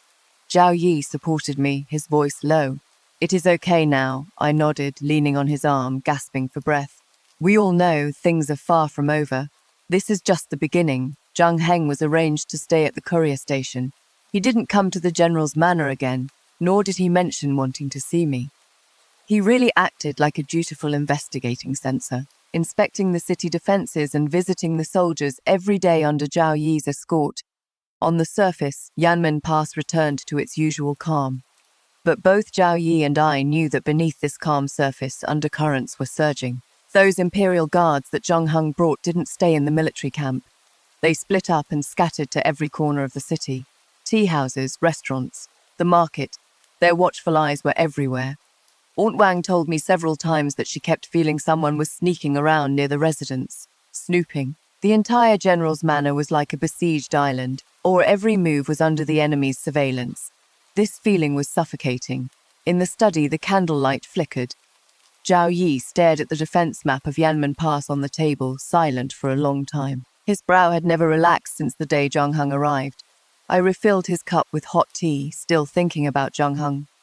He nodded, picked up the teacup, but didn't drink for a long while. He's too quiet. This isn't like his usual way of doing things. He is like a viper lurking in the shadows, waiting for the perfect moment to strike us with a fatal blow. I walked behind him and gently massaged his shoulders. His body stiffened, as if somewhat unaccustomed to it. But soon he relaxed. He won't give up until he finds evidence, I said. Xiao Che gave him a death order. Zhao Yi sighed. I just didn't expect His Majesty the Emperor would become so insane. He set down his teacup, turned around and looked at me. In the candlelight, his gaze was deep and complex. Do you regret it? He asked. I was stunned for a moment. Regret what? Do you regret leaving him? I shook my head and smiled. That smile was faint and light. I only regret not leaving him sooner. Within those palace walls, I wasn't Shen Yu, nor was I the Crown Prince's consort. I was just one of his possessions. A symbol now, though I am only Lu Qinyang, an ordinary woman with a forged identity. But I feel like I've truly come alive. Zhao Yi watched me quietly, saying nothing, but that hint of admiration in his eyes grew deeper. I've dragged you into this. I lowered my head, a trace of apology in my voice. If it weren't for me, you wouldn't have been dragged into this mess. You should have had a bright future ahead of you. But Zhao Yi shook his head. This isn't your fault. He stood up and walked over to me. He was a head taller than me, so I had to look up at him. His shadow completely enveloped me. Old General, Shen saved my life and gave me a second chance. Keeping you safe is my duty and my honor. As for my future, he laughed self-deprecatingly. What future is there under a madman? Even without you. With my temper, I would have parted ways with him sooner or later. This was the first time I heard him speak so bluntly about Xiao Che. Strange feeling flickered through my heart. The man before me was resolute, upright, and dependable.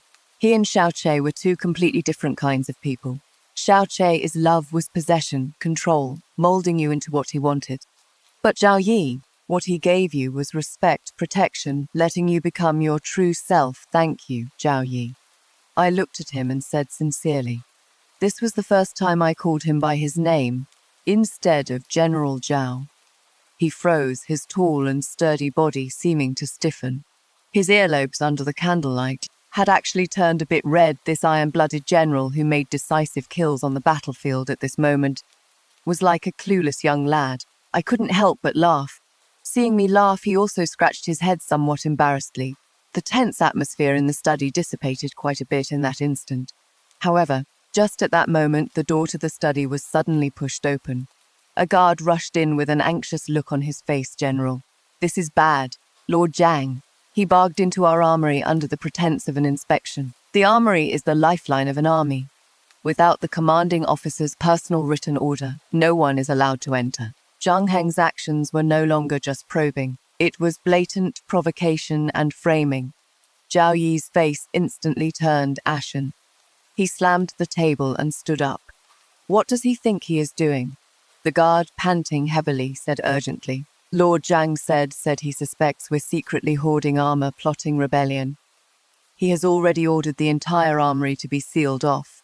All men have all been blocked outside by the Imperial Guards he brought. Secretly hoarding armor, plotting rebellion. What a huge accusation to pin on someone. Zhang Heng couldn't find any evidence, so he planned to slap a baseless charge on me and Zhao Yi. As long as this charge is confirmed, Zhao Yi will certainly die, and I, as an accomplice, will have no way out either. What a vicious scheme. Let's go. Zhao Yi grabbed the sword hanging on the wall and strode outside. In his eyes, a raging fire was burning. I followed closely behind. I am going with you. Zhao Yi paused in his steps and turned to look at me. What are you going for? It is dangerous there. I have to go. I looked at him, my gaze resolute. This whole thing started because of me. I can't let you face it alone. Besides, I am the one who organized the accounts. I know the weapon quantities in the armory better than anyone. Maybe I can be of help. Zhao Yi looked at me and was silent for a moment. In the end, he nodded. Stay close to me. When we arrived at the armory, the place was already in chaos. Zhao Yi's soldiers were blocked by a squad of imperial guards with spears, each one filled with righteous indignation. Zhang Heng stood at the entrance of the armory with his hands behind his back, a smug sneer on his face. Seeing Zhao Yi arrive, he leisurely walked over to greet him. General Zhao, you've come at just the right time. This official received a report that you've been secretly amassing troops and forging weapons. In the dark, plotting treason. This official is acting on His Majesty the Emperor's orders to thoroughly investigate this matter. Is there a problem with that? Zhao Yi looked at him coldly.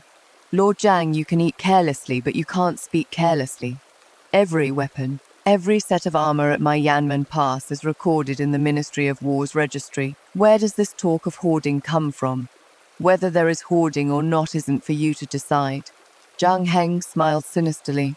We'll only know after a search. He waved his hand, and the imperial guards behind him were about to barge in. Who dares? Zhao Yi drew his sword, holding it across his chest. The soldiers behind him also drew their weapons in unison. The atmosphere instantly became tense. A violent clash was about to erupt. A flash of delight passed through Zhang Heng's eyes. This was exactly the effect he wanted. As long as Zhao Yi dared to make a move, it would be open defiance, confirming the charge of rebellion. Zhao Yi, how dare you? You actually dare to draw your sword against a court official? Are you trying to rebel? He scolded harshly. Just at this critical moment, I walked out from behind Zhao Yi. I still had that timid appearance, head lowered, not daring to look at anyone. But the words I spoke clearly reached everyone's ears. Lord Zhang, you say our general's manor is hoarding armor. Do you have evidence? Zhang Heng obviously didn't expect me to speak up. He froze for a moment, then sneered contemptuously. A mere woman, do you have any right to speak here? Get back inside. I didn't back down. Instead, I raised my head. My face, though covered with sallow powder, my eyes were clear and bright. Though this commoner woman is just a mere woman, I also know that everything requires evidence. My lord says we're hiding weapons illegally. May I ask if it is spears or bows and arrows? How many were hidden? And where are they kept? Is there any witness or physical evidence? My string of questions left Zhang Heng somewhat speechless. He naturally had no evidence. It was all just his framing and false accusations. This official has my own sources of information. How dare a mere woman question me? He said, flustered and exasperated. I smiled and took out a booklet from my chest. It was the inventory records of the armory, which I had copied by hand. Please have a look, my lord. I handed over the booklet. This is the detailed account of our Yanman Pass armory. It clearly records every batch of weapons entering and leaving the warehouse since the founding of this dynasty, from something as small as an arrow to something as large as a catapult. All bear the joint seals of the Ministry of War and the Ministry of Works. Every entry can be verified. May I ask where the illegal storage my lord speaks of comes from? My voice wasn't loud, but it carried weight. Everyone present heard it crystal clear. Zhang Heng's expression turned extremely ugly. He never expected that I, a mere country bumpkin, could produce such detailed account books. He took the ledger and flipped through a few pages carelessly. The records inside were indeed detailed to an outrageous degree. Every page was stamped with a bright red official seal, completely airtight. The soldiers under Zhao Yi, seeing this scene, showed expressions of admiration one after another. They never expected that this general's wife, who usually kept to herself, would have such courage and wisdom.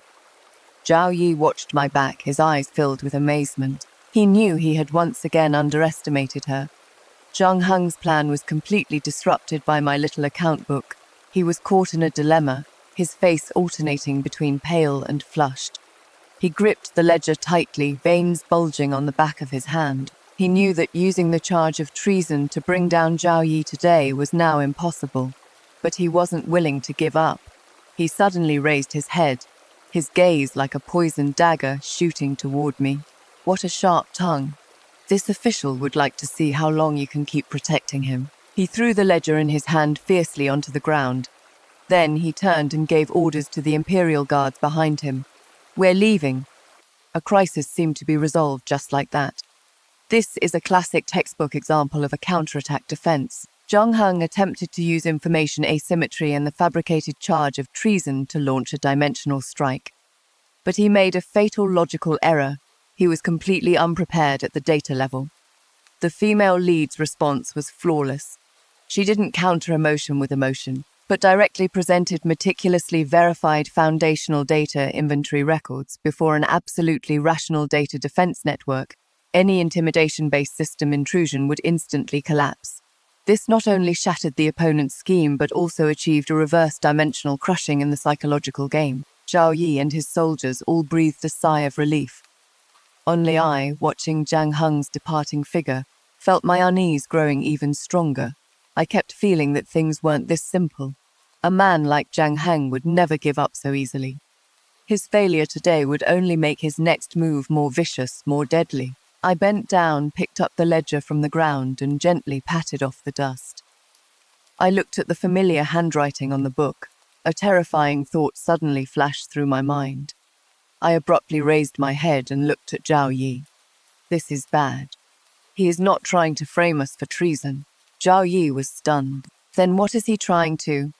I stared at the tightly closed doors of the armory, my voice trembling with fear. He is trying to blow this place up. He wants to trade the safety of all of Yanman pass for your life. Trade mine too. The moment my words fell, Zhao Yi's pupils suddenly contracted. But at this moment his face was filled with shock and lingering fear. Blow up the armory. What this meant he understood better than anyone. Yanman Pass was the most important barrier in the northern frontier of Great Zhou, and the armory was the heart of this barrier. Once the armory was destroyed, Yanman Pass would instantly become a defenseless city. When that happened, the northern barbarians' cavalry could march straight in and trample the entire northern frontier. 1,000,000 corpses, blood flowing for 1,000 miles. This was no longer murder, this was treason. Using the lives of hundreds of thousands of soldiers and civilians, using Great Zhou's kingdom and dynasty, to trade for his Zhao Yi's life and my Shen Yu's life. Xiao Che, he had truly gone mad. Zhang Heng had also truly gone mad. Quick! Zhao Yi let out an angry roar, his voice hoarse. He no longer had any hesitation, kicking open the heavy door of the armory. A strong, pungent smell of sulfur hit us in the face. The soldiers following behind him also instantly understood the severity of the situation. Their faces turned pale, and the hands gripping their weapons were trembling. Inside the armory, the light was dim. By the firelight coming through the door, we saw the most terrifying sight of our lives. Dozens of black gunpowder barrels were piled up in the very center of the armory. Each of these gunpowder barrels was enough to level everything within a 10-jang radius. And now they were tightly stacked together. A long fuse covered in sulfur like a viper connected all the powder kegs together. At the end of the fuse, sparks flickered, making a sizzling sound, slowly but steadily spreading toward that pile of death barrels. Time seemed to slow down infinitely at this moment. I could clearly hear my own heartbeat pounding like a drum. I could also see the expressions called despair appearing on the faces of those iron-willed men beside me. Too late, the fuse had already burned past halfway. At most, there were only a dozen breaths of time left. This little time wasn't nearly enough for us to move the powder kegs out. It wasn't even enough for all of us to escape from here. "General, run!" a deputy general shouted with bloodshot eyes. "We can't make it." Another soldier's face was ashen. "We're done for. We're all going to die here." Panic and despair spread through the crowd like a plague. Zhao Yi stood in place, motionless. His gaze was fixed dead on that burning fuse. His body was taut like a fully drawn bow. I knew he wasn't afraid of death. He was thinking of a way out, thinking of how to save everything in these last dozen breaths of time. just when everyone had fallen into despair. Zhao Yi moved, he didn't retreat. Instead, he charged toward that pile of powder kegs with large strides. General. Everyone cried out in alarm. I saw him draw the sword from his waist. The gleaming blade traced a resolute arc through the dim armory. He wasn't trying to escape, he was trying to cut the fuse. But it was too far. His sword couldn't reach it, and the fuse was burning faster. I saw a flash of determination in his eyes. He did something no one expected. He threw away his sword. Then, with his own flesh and blood, he lunged fiercely toward the burning fuse.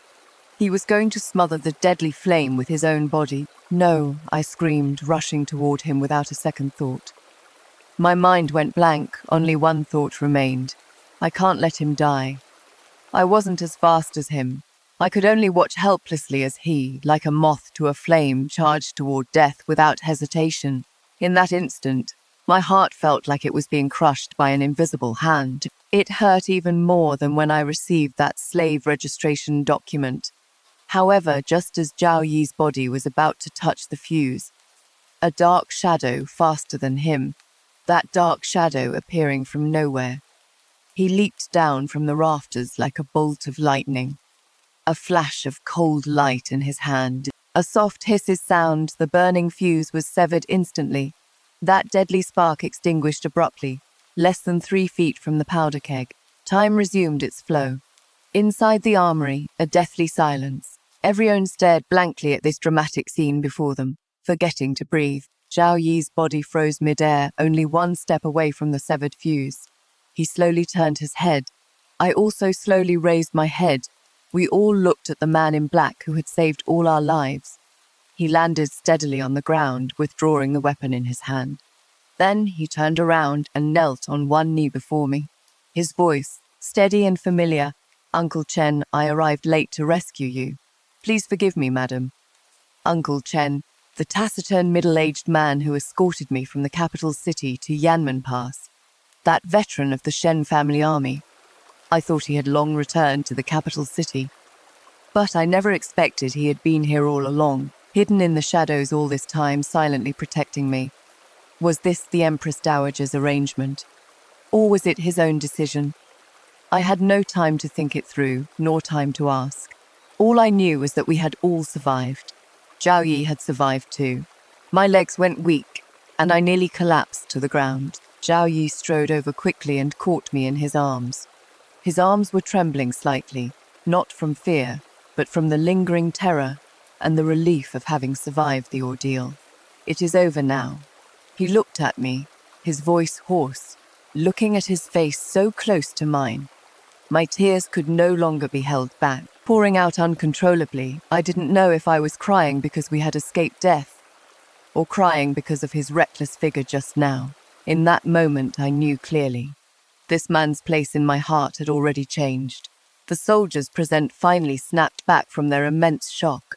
They stared at the fuse on the ground, severed in two, and that huge pile of gunpowder. Endless lingering fear transformed into towering rage. Zhang Heng, that fucking bastard. He wanted to kill us. He wanted to destroy Yanman Pass. Kill him. Let's go kill him right now. The soldiers were in an uproar, each one with bloodshot eyes, drawing their weapons and ready to charge out. "Stop," Zhao Yi shouted sternly. His voice, carrying an unquestionable authority, instantly silenced everyone. Now is not the time to be impulsive. He glanced at Uncle Chen kneeling on the ground, then looked at me. Then he turned to the furious soldiers. "Take inventory of the armory. Move all the gunpowder barrels to a safe place. Seal off the scene, no one is allowed near. Also send men to the courier station. Arrest Zhang Heng and all his attendants on the spot.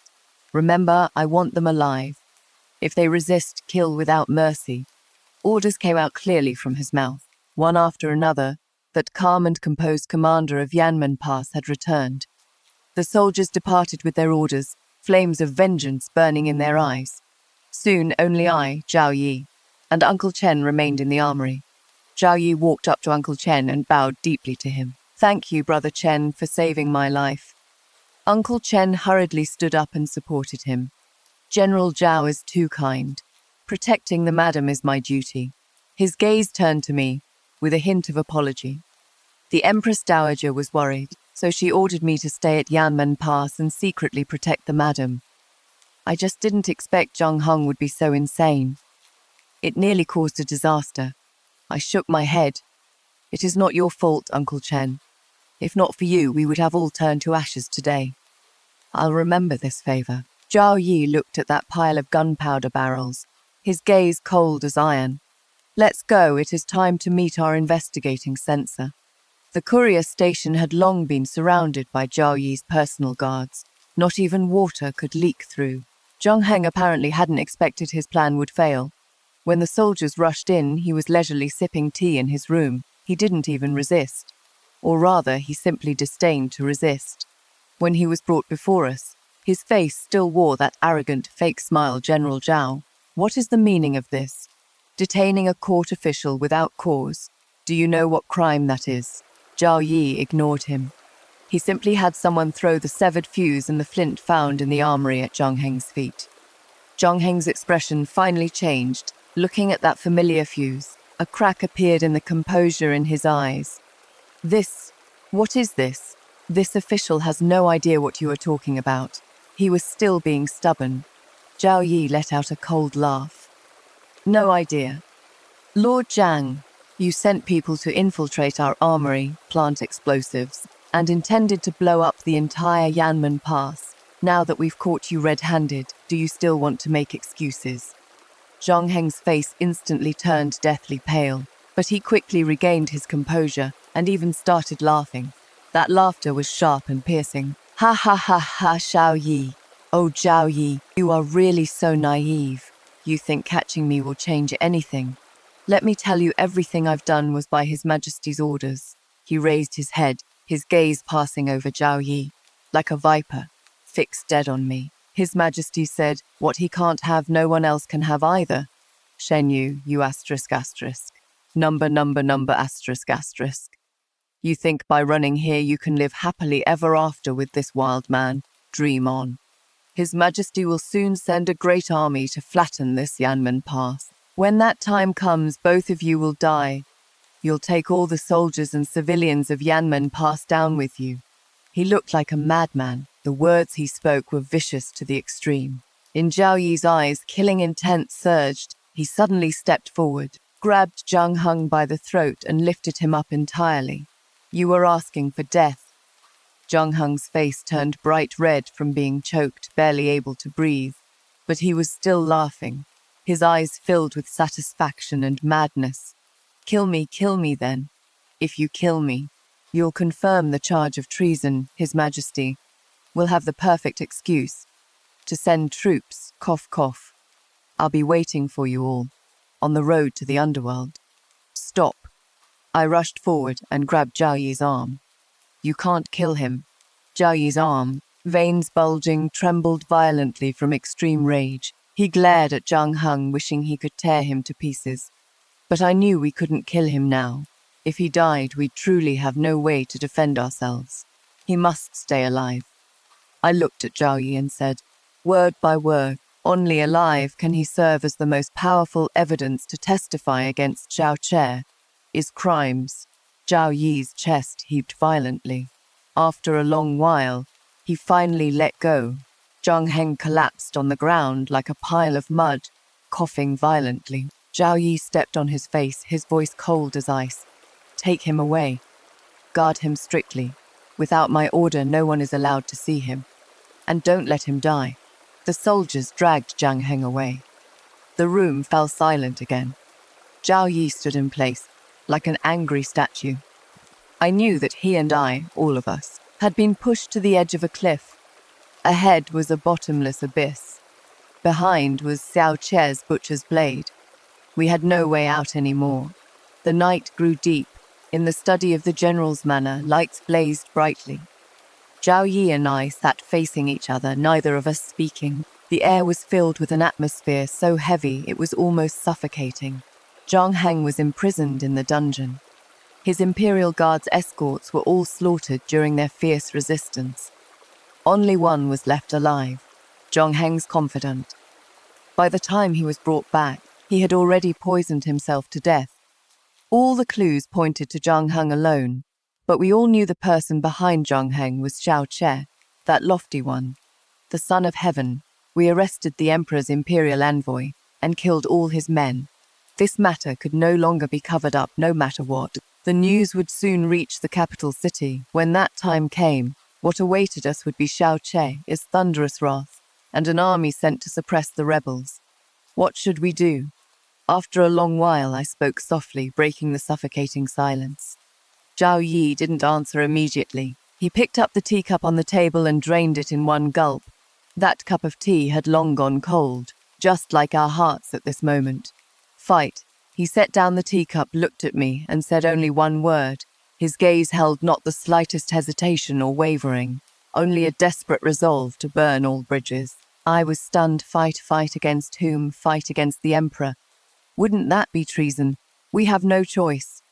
Zhao Yi's voice was low and hoarse. Explain to him, he won't believe us. Beg him for mercy, he'll only think we're weak and easy to bully, then grind us to dust. Xiao She is no longer the crown prince he once was. He is now a beast fed by power, one that has lost all reason. The more you back down, the more he'll think you are easy to push around. The only way is to pick up our weapons. Hit him until it hurts. Hit him until he is afraid. Hit him until he knows we're not clay figures to be needed at will. I looked at him, my mind shaken to its core. I never imagined that one day I would reach the point of facing Xiao Che in armed conflict. He is the emperor, the son of heaven. What do we have to fight him with? One Yanman pass. Tens of thousands of troops. This is no different from throwing eggs at a rock. Zhao Yi seemed to see through my concerns. I know what you are thinking. Relying on Yanmen Pass alone is indeed not enough. But we're not the only ones dissatisfied with Xiao Che.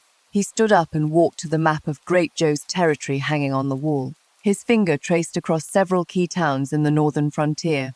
Most of the commanding generals of the northern frontier border defense were former subordinates of old General Shen. They are fiercely loyal to the Shen family. They've long harbored resentment towards Xiao Che's purge of the Shen family's influence after he ascended the throne. They've only been holding back because they lacked a leader. He then pointed to the west. The Prince of Xiliang commands 200,000 elite troops and holds a blood feud with Xiao Che's father, the late emperor, for killing his brother. The reason he hasn't made a move yet is that he is waiting for the right moment. A moment that would give him a legitimate reason to raise an army and purge the corrupt officials around the emperor. His gaze finally settled on the fertile lands of the south. The noble families of Jiangnan are suffocating under Xiao Che's new policies. They're wealthy enough to rival nations with disciples and former officials spread across the realm. What they lack least is money and people. They're also waiting. Zhao Yi turned around, his eyes burning as he looked at me. And we can give them that moment right now. We can announce to the world the truth of what Zhongheng has done, and how Xiao Che has gone mad trying to kill us. We can raise the banner of cleansing the court, unite all forces that can be united, and together crusade against this tyrannical ruler. His voice was full of power and persuasion. It made my blood boil uncontrollably along with it. Cleansing the court, crusading against the tyrant. This was once my father's lifelong dream. His whole life, he wanted to assist a wise ruler and create a golden age. Yet in the end, he died tragically at the hands of the very emperor he had helped put on the throne. Perhaps this is fate. The unfulfilled wish my father left behind will be completed by me and the man before me. Together, what should I do? I raised my head, looked at him, with no trace of confusion left in my eyes. Seeing the change in me, Zhao Yi showed a hint of a relieved smile on his face. You need to write a few letters. The first one is for the Empress Dowager. Inform her of everything that has happened here, and ask her to maneuver for us in the palace and protect our people. Wang Kui is still in the palace. The second one is for the old subordinates of the Shen family. Use your identity. Use General Shen's name to rally them. You are the only bloodline of the Shen family. Although you are an adopted daughter, you carry the same weight in their hearts. Your words are more effective than an imperial edict. The third one is a proclamation to the world. He looked at me and said, word by word, use your pen to expose Xiao Che's hypocrisy and cruelty. Go tell the world why we fight. You are the capital city's most talented woman. Your writing can rival an army of thousands. I nodded firmly. All right. Without the slightest hesitation. From this moment on, I was no longer that Liu Qinyang, who only wanted to hide in a corner and live in disgrace. I am Shen Yu, the daughter of the Shen family army, the avenger who would seek justice for my father, for the Shen family, and for myself. I walked to the desk, spread out the paper, and picked up the brush. Zhao Yi stood beside me, grinding ink for me.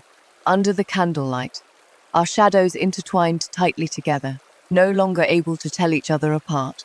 We both knew from the moment we wrote the first word, we had already set foot on a path with no turning back. Ahead lay mountains of blades and seas of fire, mountains of corpses and seas of blood. But behind us stood tens of thousands of soldiers at Yanman Pass, and millions of people in the northern frontier. We had nowhere left to retreat. Then, let us fight. My hand holding the brush was incredibly steady. The first letter was addressed to the Empress Dowager. In the letter, I didn't mention too many emotions, only objectively stated the entire sequence of events, how Zheng Heng came under orders, and how he attempted to blow up the armory and frame us. I told her that we had been pushed to the brink, and aside from raising arms, we had no other choice. At the end of the letter, I asked only one thing of her: protect Wanqui, protect everyone in the Palace of Compassionate Tranquility who has ever helped me, and please, take care of herself as well. Xiao Che has already gone mad. I fear he might even lay hands on his own birth mother. The second letter was written to the generals of the northern frontier. They are all uncles who watched me grow up, my father's most trusted comrades in arms. I didn't use too many flowery words. I simply told them how their General Shen was put to death with a cup of poisoned wine. I told them how his daughter was demoted to a government slave, suffering endless humiliation. I told them how the monarch we once served together now wants to trade the borderlands and the lives of hundreds of thousands of soldiers and civilians for his twisted possessiveness. At the end of the letter, I enclosed a lock of hair. It was a lock of white hair my father left me. He said, seeing the hair is like seeing the person. He hoped his old subordinates would treat me as they treated him, when I needed them. Father, your daughter is unfilial. Now, I must use your prestige to stir up a bloody storm, but your daughter has no other choice. The third letter was a proclamation to the world. This one I wrote for a very long time, from dusk until dawn. I listed Xiao Che's crimes, one by one, item by item, from how he used the Shen family army to ascend to the throne, to how he burned bridges and slaughtered meritorious officials, from how he launched massive construction projects, exhausting the people and draining the treasury, to how he indulged in debauchery and favored treacherous sycophants. Finally, I wrote about Zheng Heng. I wrote about how it nearly razed Yanman Pass to the ground. I questioned him. Is a monarch's duty to protect the realm or to destroy it? I questioned him. Is the son of heaven's love meant to shelter his people, or for selfish desires, casting all into fire and flood? Every word written in blood, every sentence piercing the heart. At the end of the article, I did not use the name Liu Qinyang, nor the title of Crown Prince's consort. I only signed it as orphan of the Shen family, Shen Yu. Shen Yu hereby make this vow. May my blood cleanse this murky world. May my bones bring clarity to my great Zhou. Zhao Yi stood beside me, watching as I wrote the final character. In his eyes there was heartache, admiration, and even more, a blazing fighting spirit ignited. He held my hand. You've worked hard. I shook my head. When the nation is no longer a nation, and home is no longer a home, what hardship is there to speak of? Pay attention, this is the climax of the entire game: reverse short selling and dimensional liquidation. When the cost of defense has exceeded the risk of destruction, true top players will never sit and wait for death, but directly overturn the entire old system's codebase. These 3 letters and 1 manifesto are essentially conducting a large-scale resource integration, using the moral high ground to strip Xiao Che of his legitimacy endorsement, precisely awakening and rallying all dormant reverse chips. The spring of emotion is completely released at this moment, about to backlash against that arrogant imperial heart. Get ready to welcome this exhilarating system-level formatting. 3 letters along with that manifesto were sent by fast horses in all directions. like 3 sparks thrown into this land already piled high with dry kindling. None of us knew how great a fire it would ignite. We only knew that from this moment on, there was no turning back.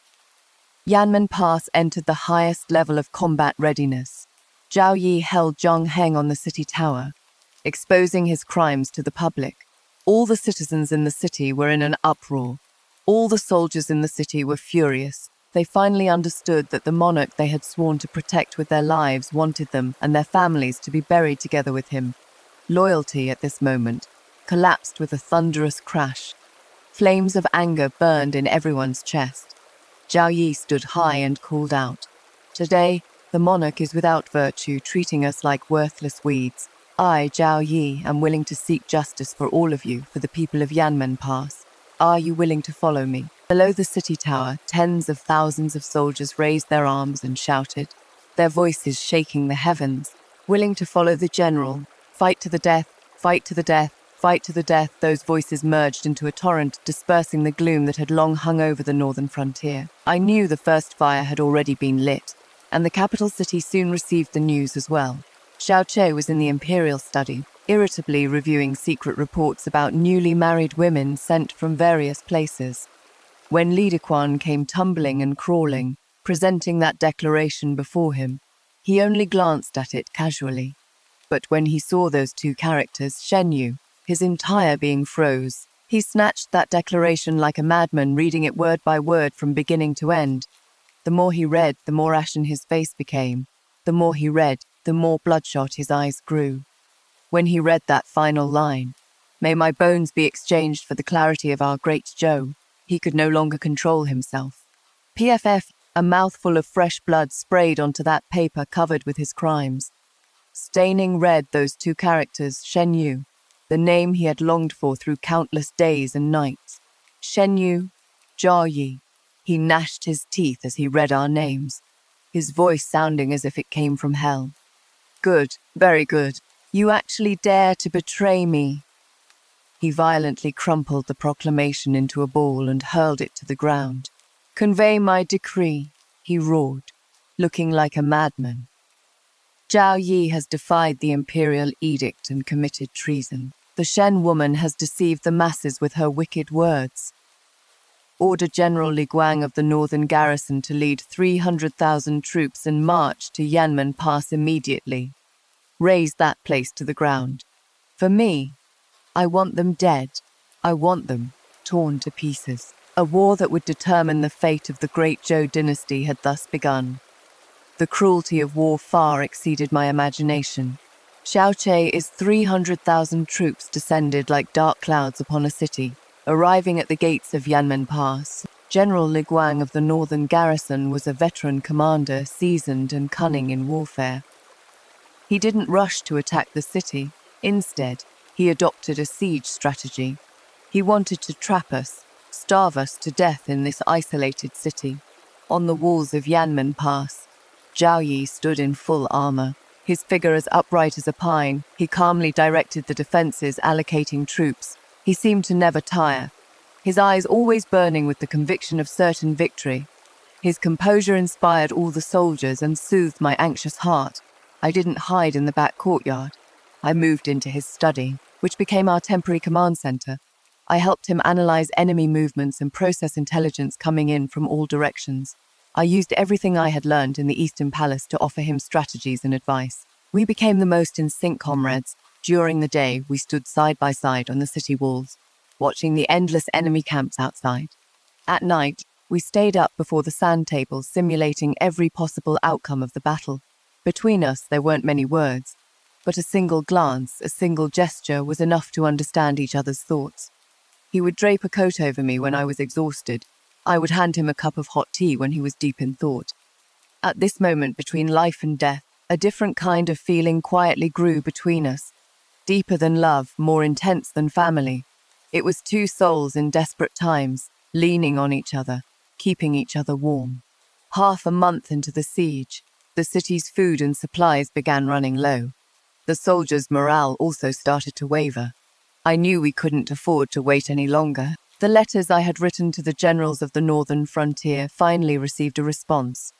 Those uncles who had watched me grow up hesitated after receiving my letters. They were loyal to the Shen family, but they also feared imperial authority. Rebellion was a crime punishable by the execution of 9 generations, until my proclamation spread throughout the northern frontier, until they heard that Xiao Che had gone so mad as to destroy Yanman Pass. The scales in their hearts finally tipped. They understood that the current emperor was no longer a wise ruler they could pledge loyalty to. He is a mad dog that will turn on everyone. The 4 grand generals stationed at the northern frontier jointly announced they would raise troops to cleanse the court of treacherous ministers. They led their 150,000 troops and launched a fierce attack from Liguang's rear. At the same time, the Prince of Xiliang finally made his move. In the name of avenging the late emperor, he led 200,000 Xiliang cavalry straight toward the capital city. The noble families of Zhongyan cut off all grain supplies and tax revenues to the court. Xiao Che instantly found himself besieged on all sides. The siege of Yanman Pass collapsed on its own. Liguang, attacked from both front and rear, had no choice but to split his forces to fend off the northern frontier army's assault. Zhao Yi seized this once-in-a-lifetime opportunity. He personally led 5,000 elite cavalry in a night raid on Liguang's main camp. That night, flames lit up the sky, and battle cries shook the entire plain. I stood on the city tower, my heart in my throat the whole time. I couldn't see what was happening on the battlefield. All I could do was pray over and over in my heart for his safety. Until dawn, when Zhao Yi, covered in blood, appeared on horseback beneath the city gate. When he showed me a weary but radiant smile, my tears instantly burst forth. They had won. With just 5,000 men, they had crushed Liguang's central command tent. Though they hadn't managed to kill Liguang, they had greatly dampened the enemy's morale. After this battle, Zhao Yi's fame spread far and wide. Armies from the northern frontier came to join us one after another. Our strength grew larger and larger, like a rolling snowball. We began to shift from passive defense to active offense. News of victories came frequently. We recaptured city after city that had been occupied by the imperial army. Meanwhile, Xiao Che was suffering defeat after defeat. Liguang's 300,000 troops were caught in a pincer attack between us and the northern frontier army, suffering heavy casualties, and ultimately fled back to the capital city in disgrace. The iron cavalry of Xiliang had already broken through Tongguan Pass, their blades pointing straight at the capital. The supply cut from Zhongnan left the treasury empty, prices in the capital soared, and public resentment boiled over. In the imperial court, everyone was in a state of panic. Many ministers who had once been fiercely loyal to Xiao Che began secretly contacting us, seeking a way out for themselves. Xiao Che's throne was teetering on the edge. He shut himself in the palace, refusing to see anyone. He became even more suspicious, even more violent.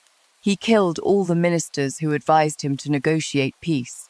He also executed Liguang, who had returned in defeat. He refused to accept his failure. He blamed all his mistakes on me. He believed that I, the woman he had created with his own hands, had betrayed him and ruined everything he had. His hatred had seeped into his very bones. His obsession had turned into an inner demon. In his final madness, he made a decision that shocked everyone. He would lead the army into battle himself. He gathered all the imperial guards in the capital city, scraping together a final force of 100,000 soldiers. He wanted to end all of this with his own hands. He wanted to capture me back with his own hands. He wanted me to kneel before him, watching as he executed Zhao Yi, and everyone who betrayed him one by one. When this news arrived, Zhao Yi and I were studying the route for our next advance. A trace of solemnity flashed through Zhao Yi's eyes. He is going to fight us to the death. I looked at the map, at that red arrow representing Xiao Che, getting closer and closer to us. In my heart there was no fear, only a fateful calmness. What was meant to come would eventually come. Xiao Che, the grudges between us. It is time to bring them to an end. The location of the decisive battle was on a plain 30 li outside capital city. The autumn wind was bleak. Withered grass stretched to the horizon. The two armies faced each other, banners blocking out the sun. A murderous aura permeated between heaven and earth. I stood on the watchtower of the central army with Zhao Yi beside me. I could clearly see, at the front of the enemy formation opposite us, that bright yellow dragon banner. Beneath the dragon banner, a man in golden armor sat astride a black warhorse. Even across such a great distance, I could still feel his gaze upon me, one that could almost burn me to ashes. Xiao Che. He had become much thinner than before. The lines of his face had also become somewhat distorted from prolonged rage and obsession. Only those eyes remained as bright as ever, but within them the warmth and scheming of the past were gone. All that remained was naked, mad possessiveness, and hatred that would destroy everything. War was about to break out. The thunderous drums echoed through the skies. Kill the two armies. Like two surging tides, crashed violently into each other, blades flashed and swords gleamed, flesh and blood flew everywhere. Screams, roars, the clash of weapons, wove together into a symphony of death. I forced myself to watch all of this calmly. My task was to observe the situation across the entire battlefield, report to Zhao Yi at any moment and offer suggestions. This battle we cannot lose. We cannot afford to lose. Zhao Yi's command was steady and precise. Our army, though outnumbered, had high morale and was well trained. Combined with the flanking support from the Northern Frontier Army and the Xiliang Army, we quickly gained the upper hand. Xiao Che's Imperial Guards, though well-equipped, had been away from battle for too long, and had lost their fighting spirit. Under our fierce assault, their formation began to show signs of collapse. Xiao Che watched the scene before him, his eyes bloodshot. He couldn't accept it. He couldn't accept that he would lose. Lose to Zhao Yi, lose to me. He suddenly drew the long sword at his waist, pointing toward where I stood. Shen Yu, he roared, his voice distorted with rage. Kill her for me, kill that. The guards beside him, upon receiving the order, charged toward our central army like a pack of mad dogs, throwing all caution to the wind. Their target was me alone. Zhao Yi's expression changed, and he immediately dispatched the reserve troops to intercept them. But Xiao Che personally led his most elite dragon guard, piercing straight **** our heart like a sharp blade from another direction. His target was also me. He wanted to capture me with his own hands. Protect them, madam, Zhao Yi shouted, and was about to descend from the watchtower to meet the enemy. Don't go, I grabbed hold of him. Your task is to command the entire army. Uncle Chen is here. Uncle Chen had appeared by my side at some point. He and the dozens of shadow guards under his command stood like a silent wall, shielding me behind them. Zhao Yi looked at me, his eyes full of anxiety and worry. Trust me. I looked into his eyes and said, word by word. In my eyes he saw determination and unquestionable trust. He nodded firmly, then turned back to continue commanding the battle. Xiao Che's assault grew increasingly frenzied. It was as if he had forgotten this was a war. In his eyes there was only me. He only wanted to reach me. However, just as his dragon guard was about to break through our last line of defense, a surprise force suddenly charged out from their flank and rear. It was an elite unit that the Prince of the West had left for me. They were like a sharp dagger, precisely severing the connection between Xiao Che and his main army. Xiao Che was trapped in a heavy siege. The tide of battle at this moment completely turned. Xiao Che's army, seeing their commander surrounded, instantly fell into chaos and began to scatter and flee. A great battle turned into a one-sided slaughter. The situation was beyond saving. Xiao Che looked at the dwindling guards around him, looked at the watchtower growing ever more distant from him.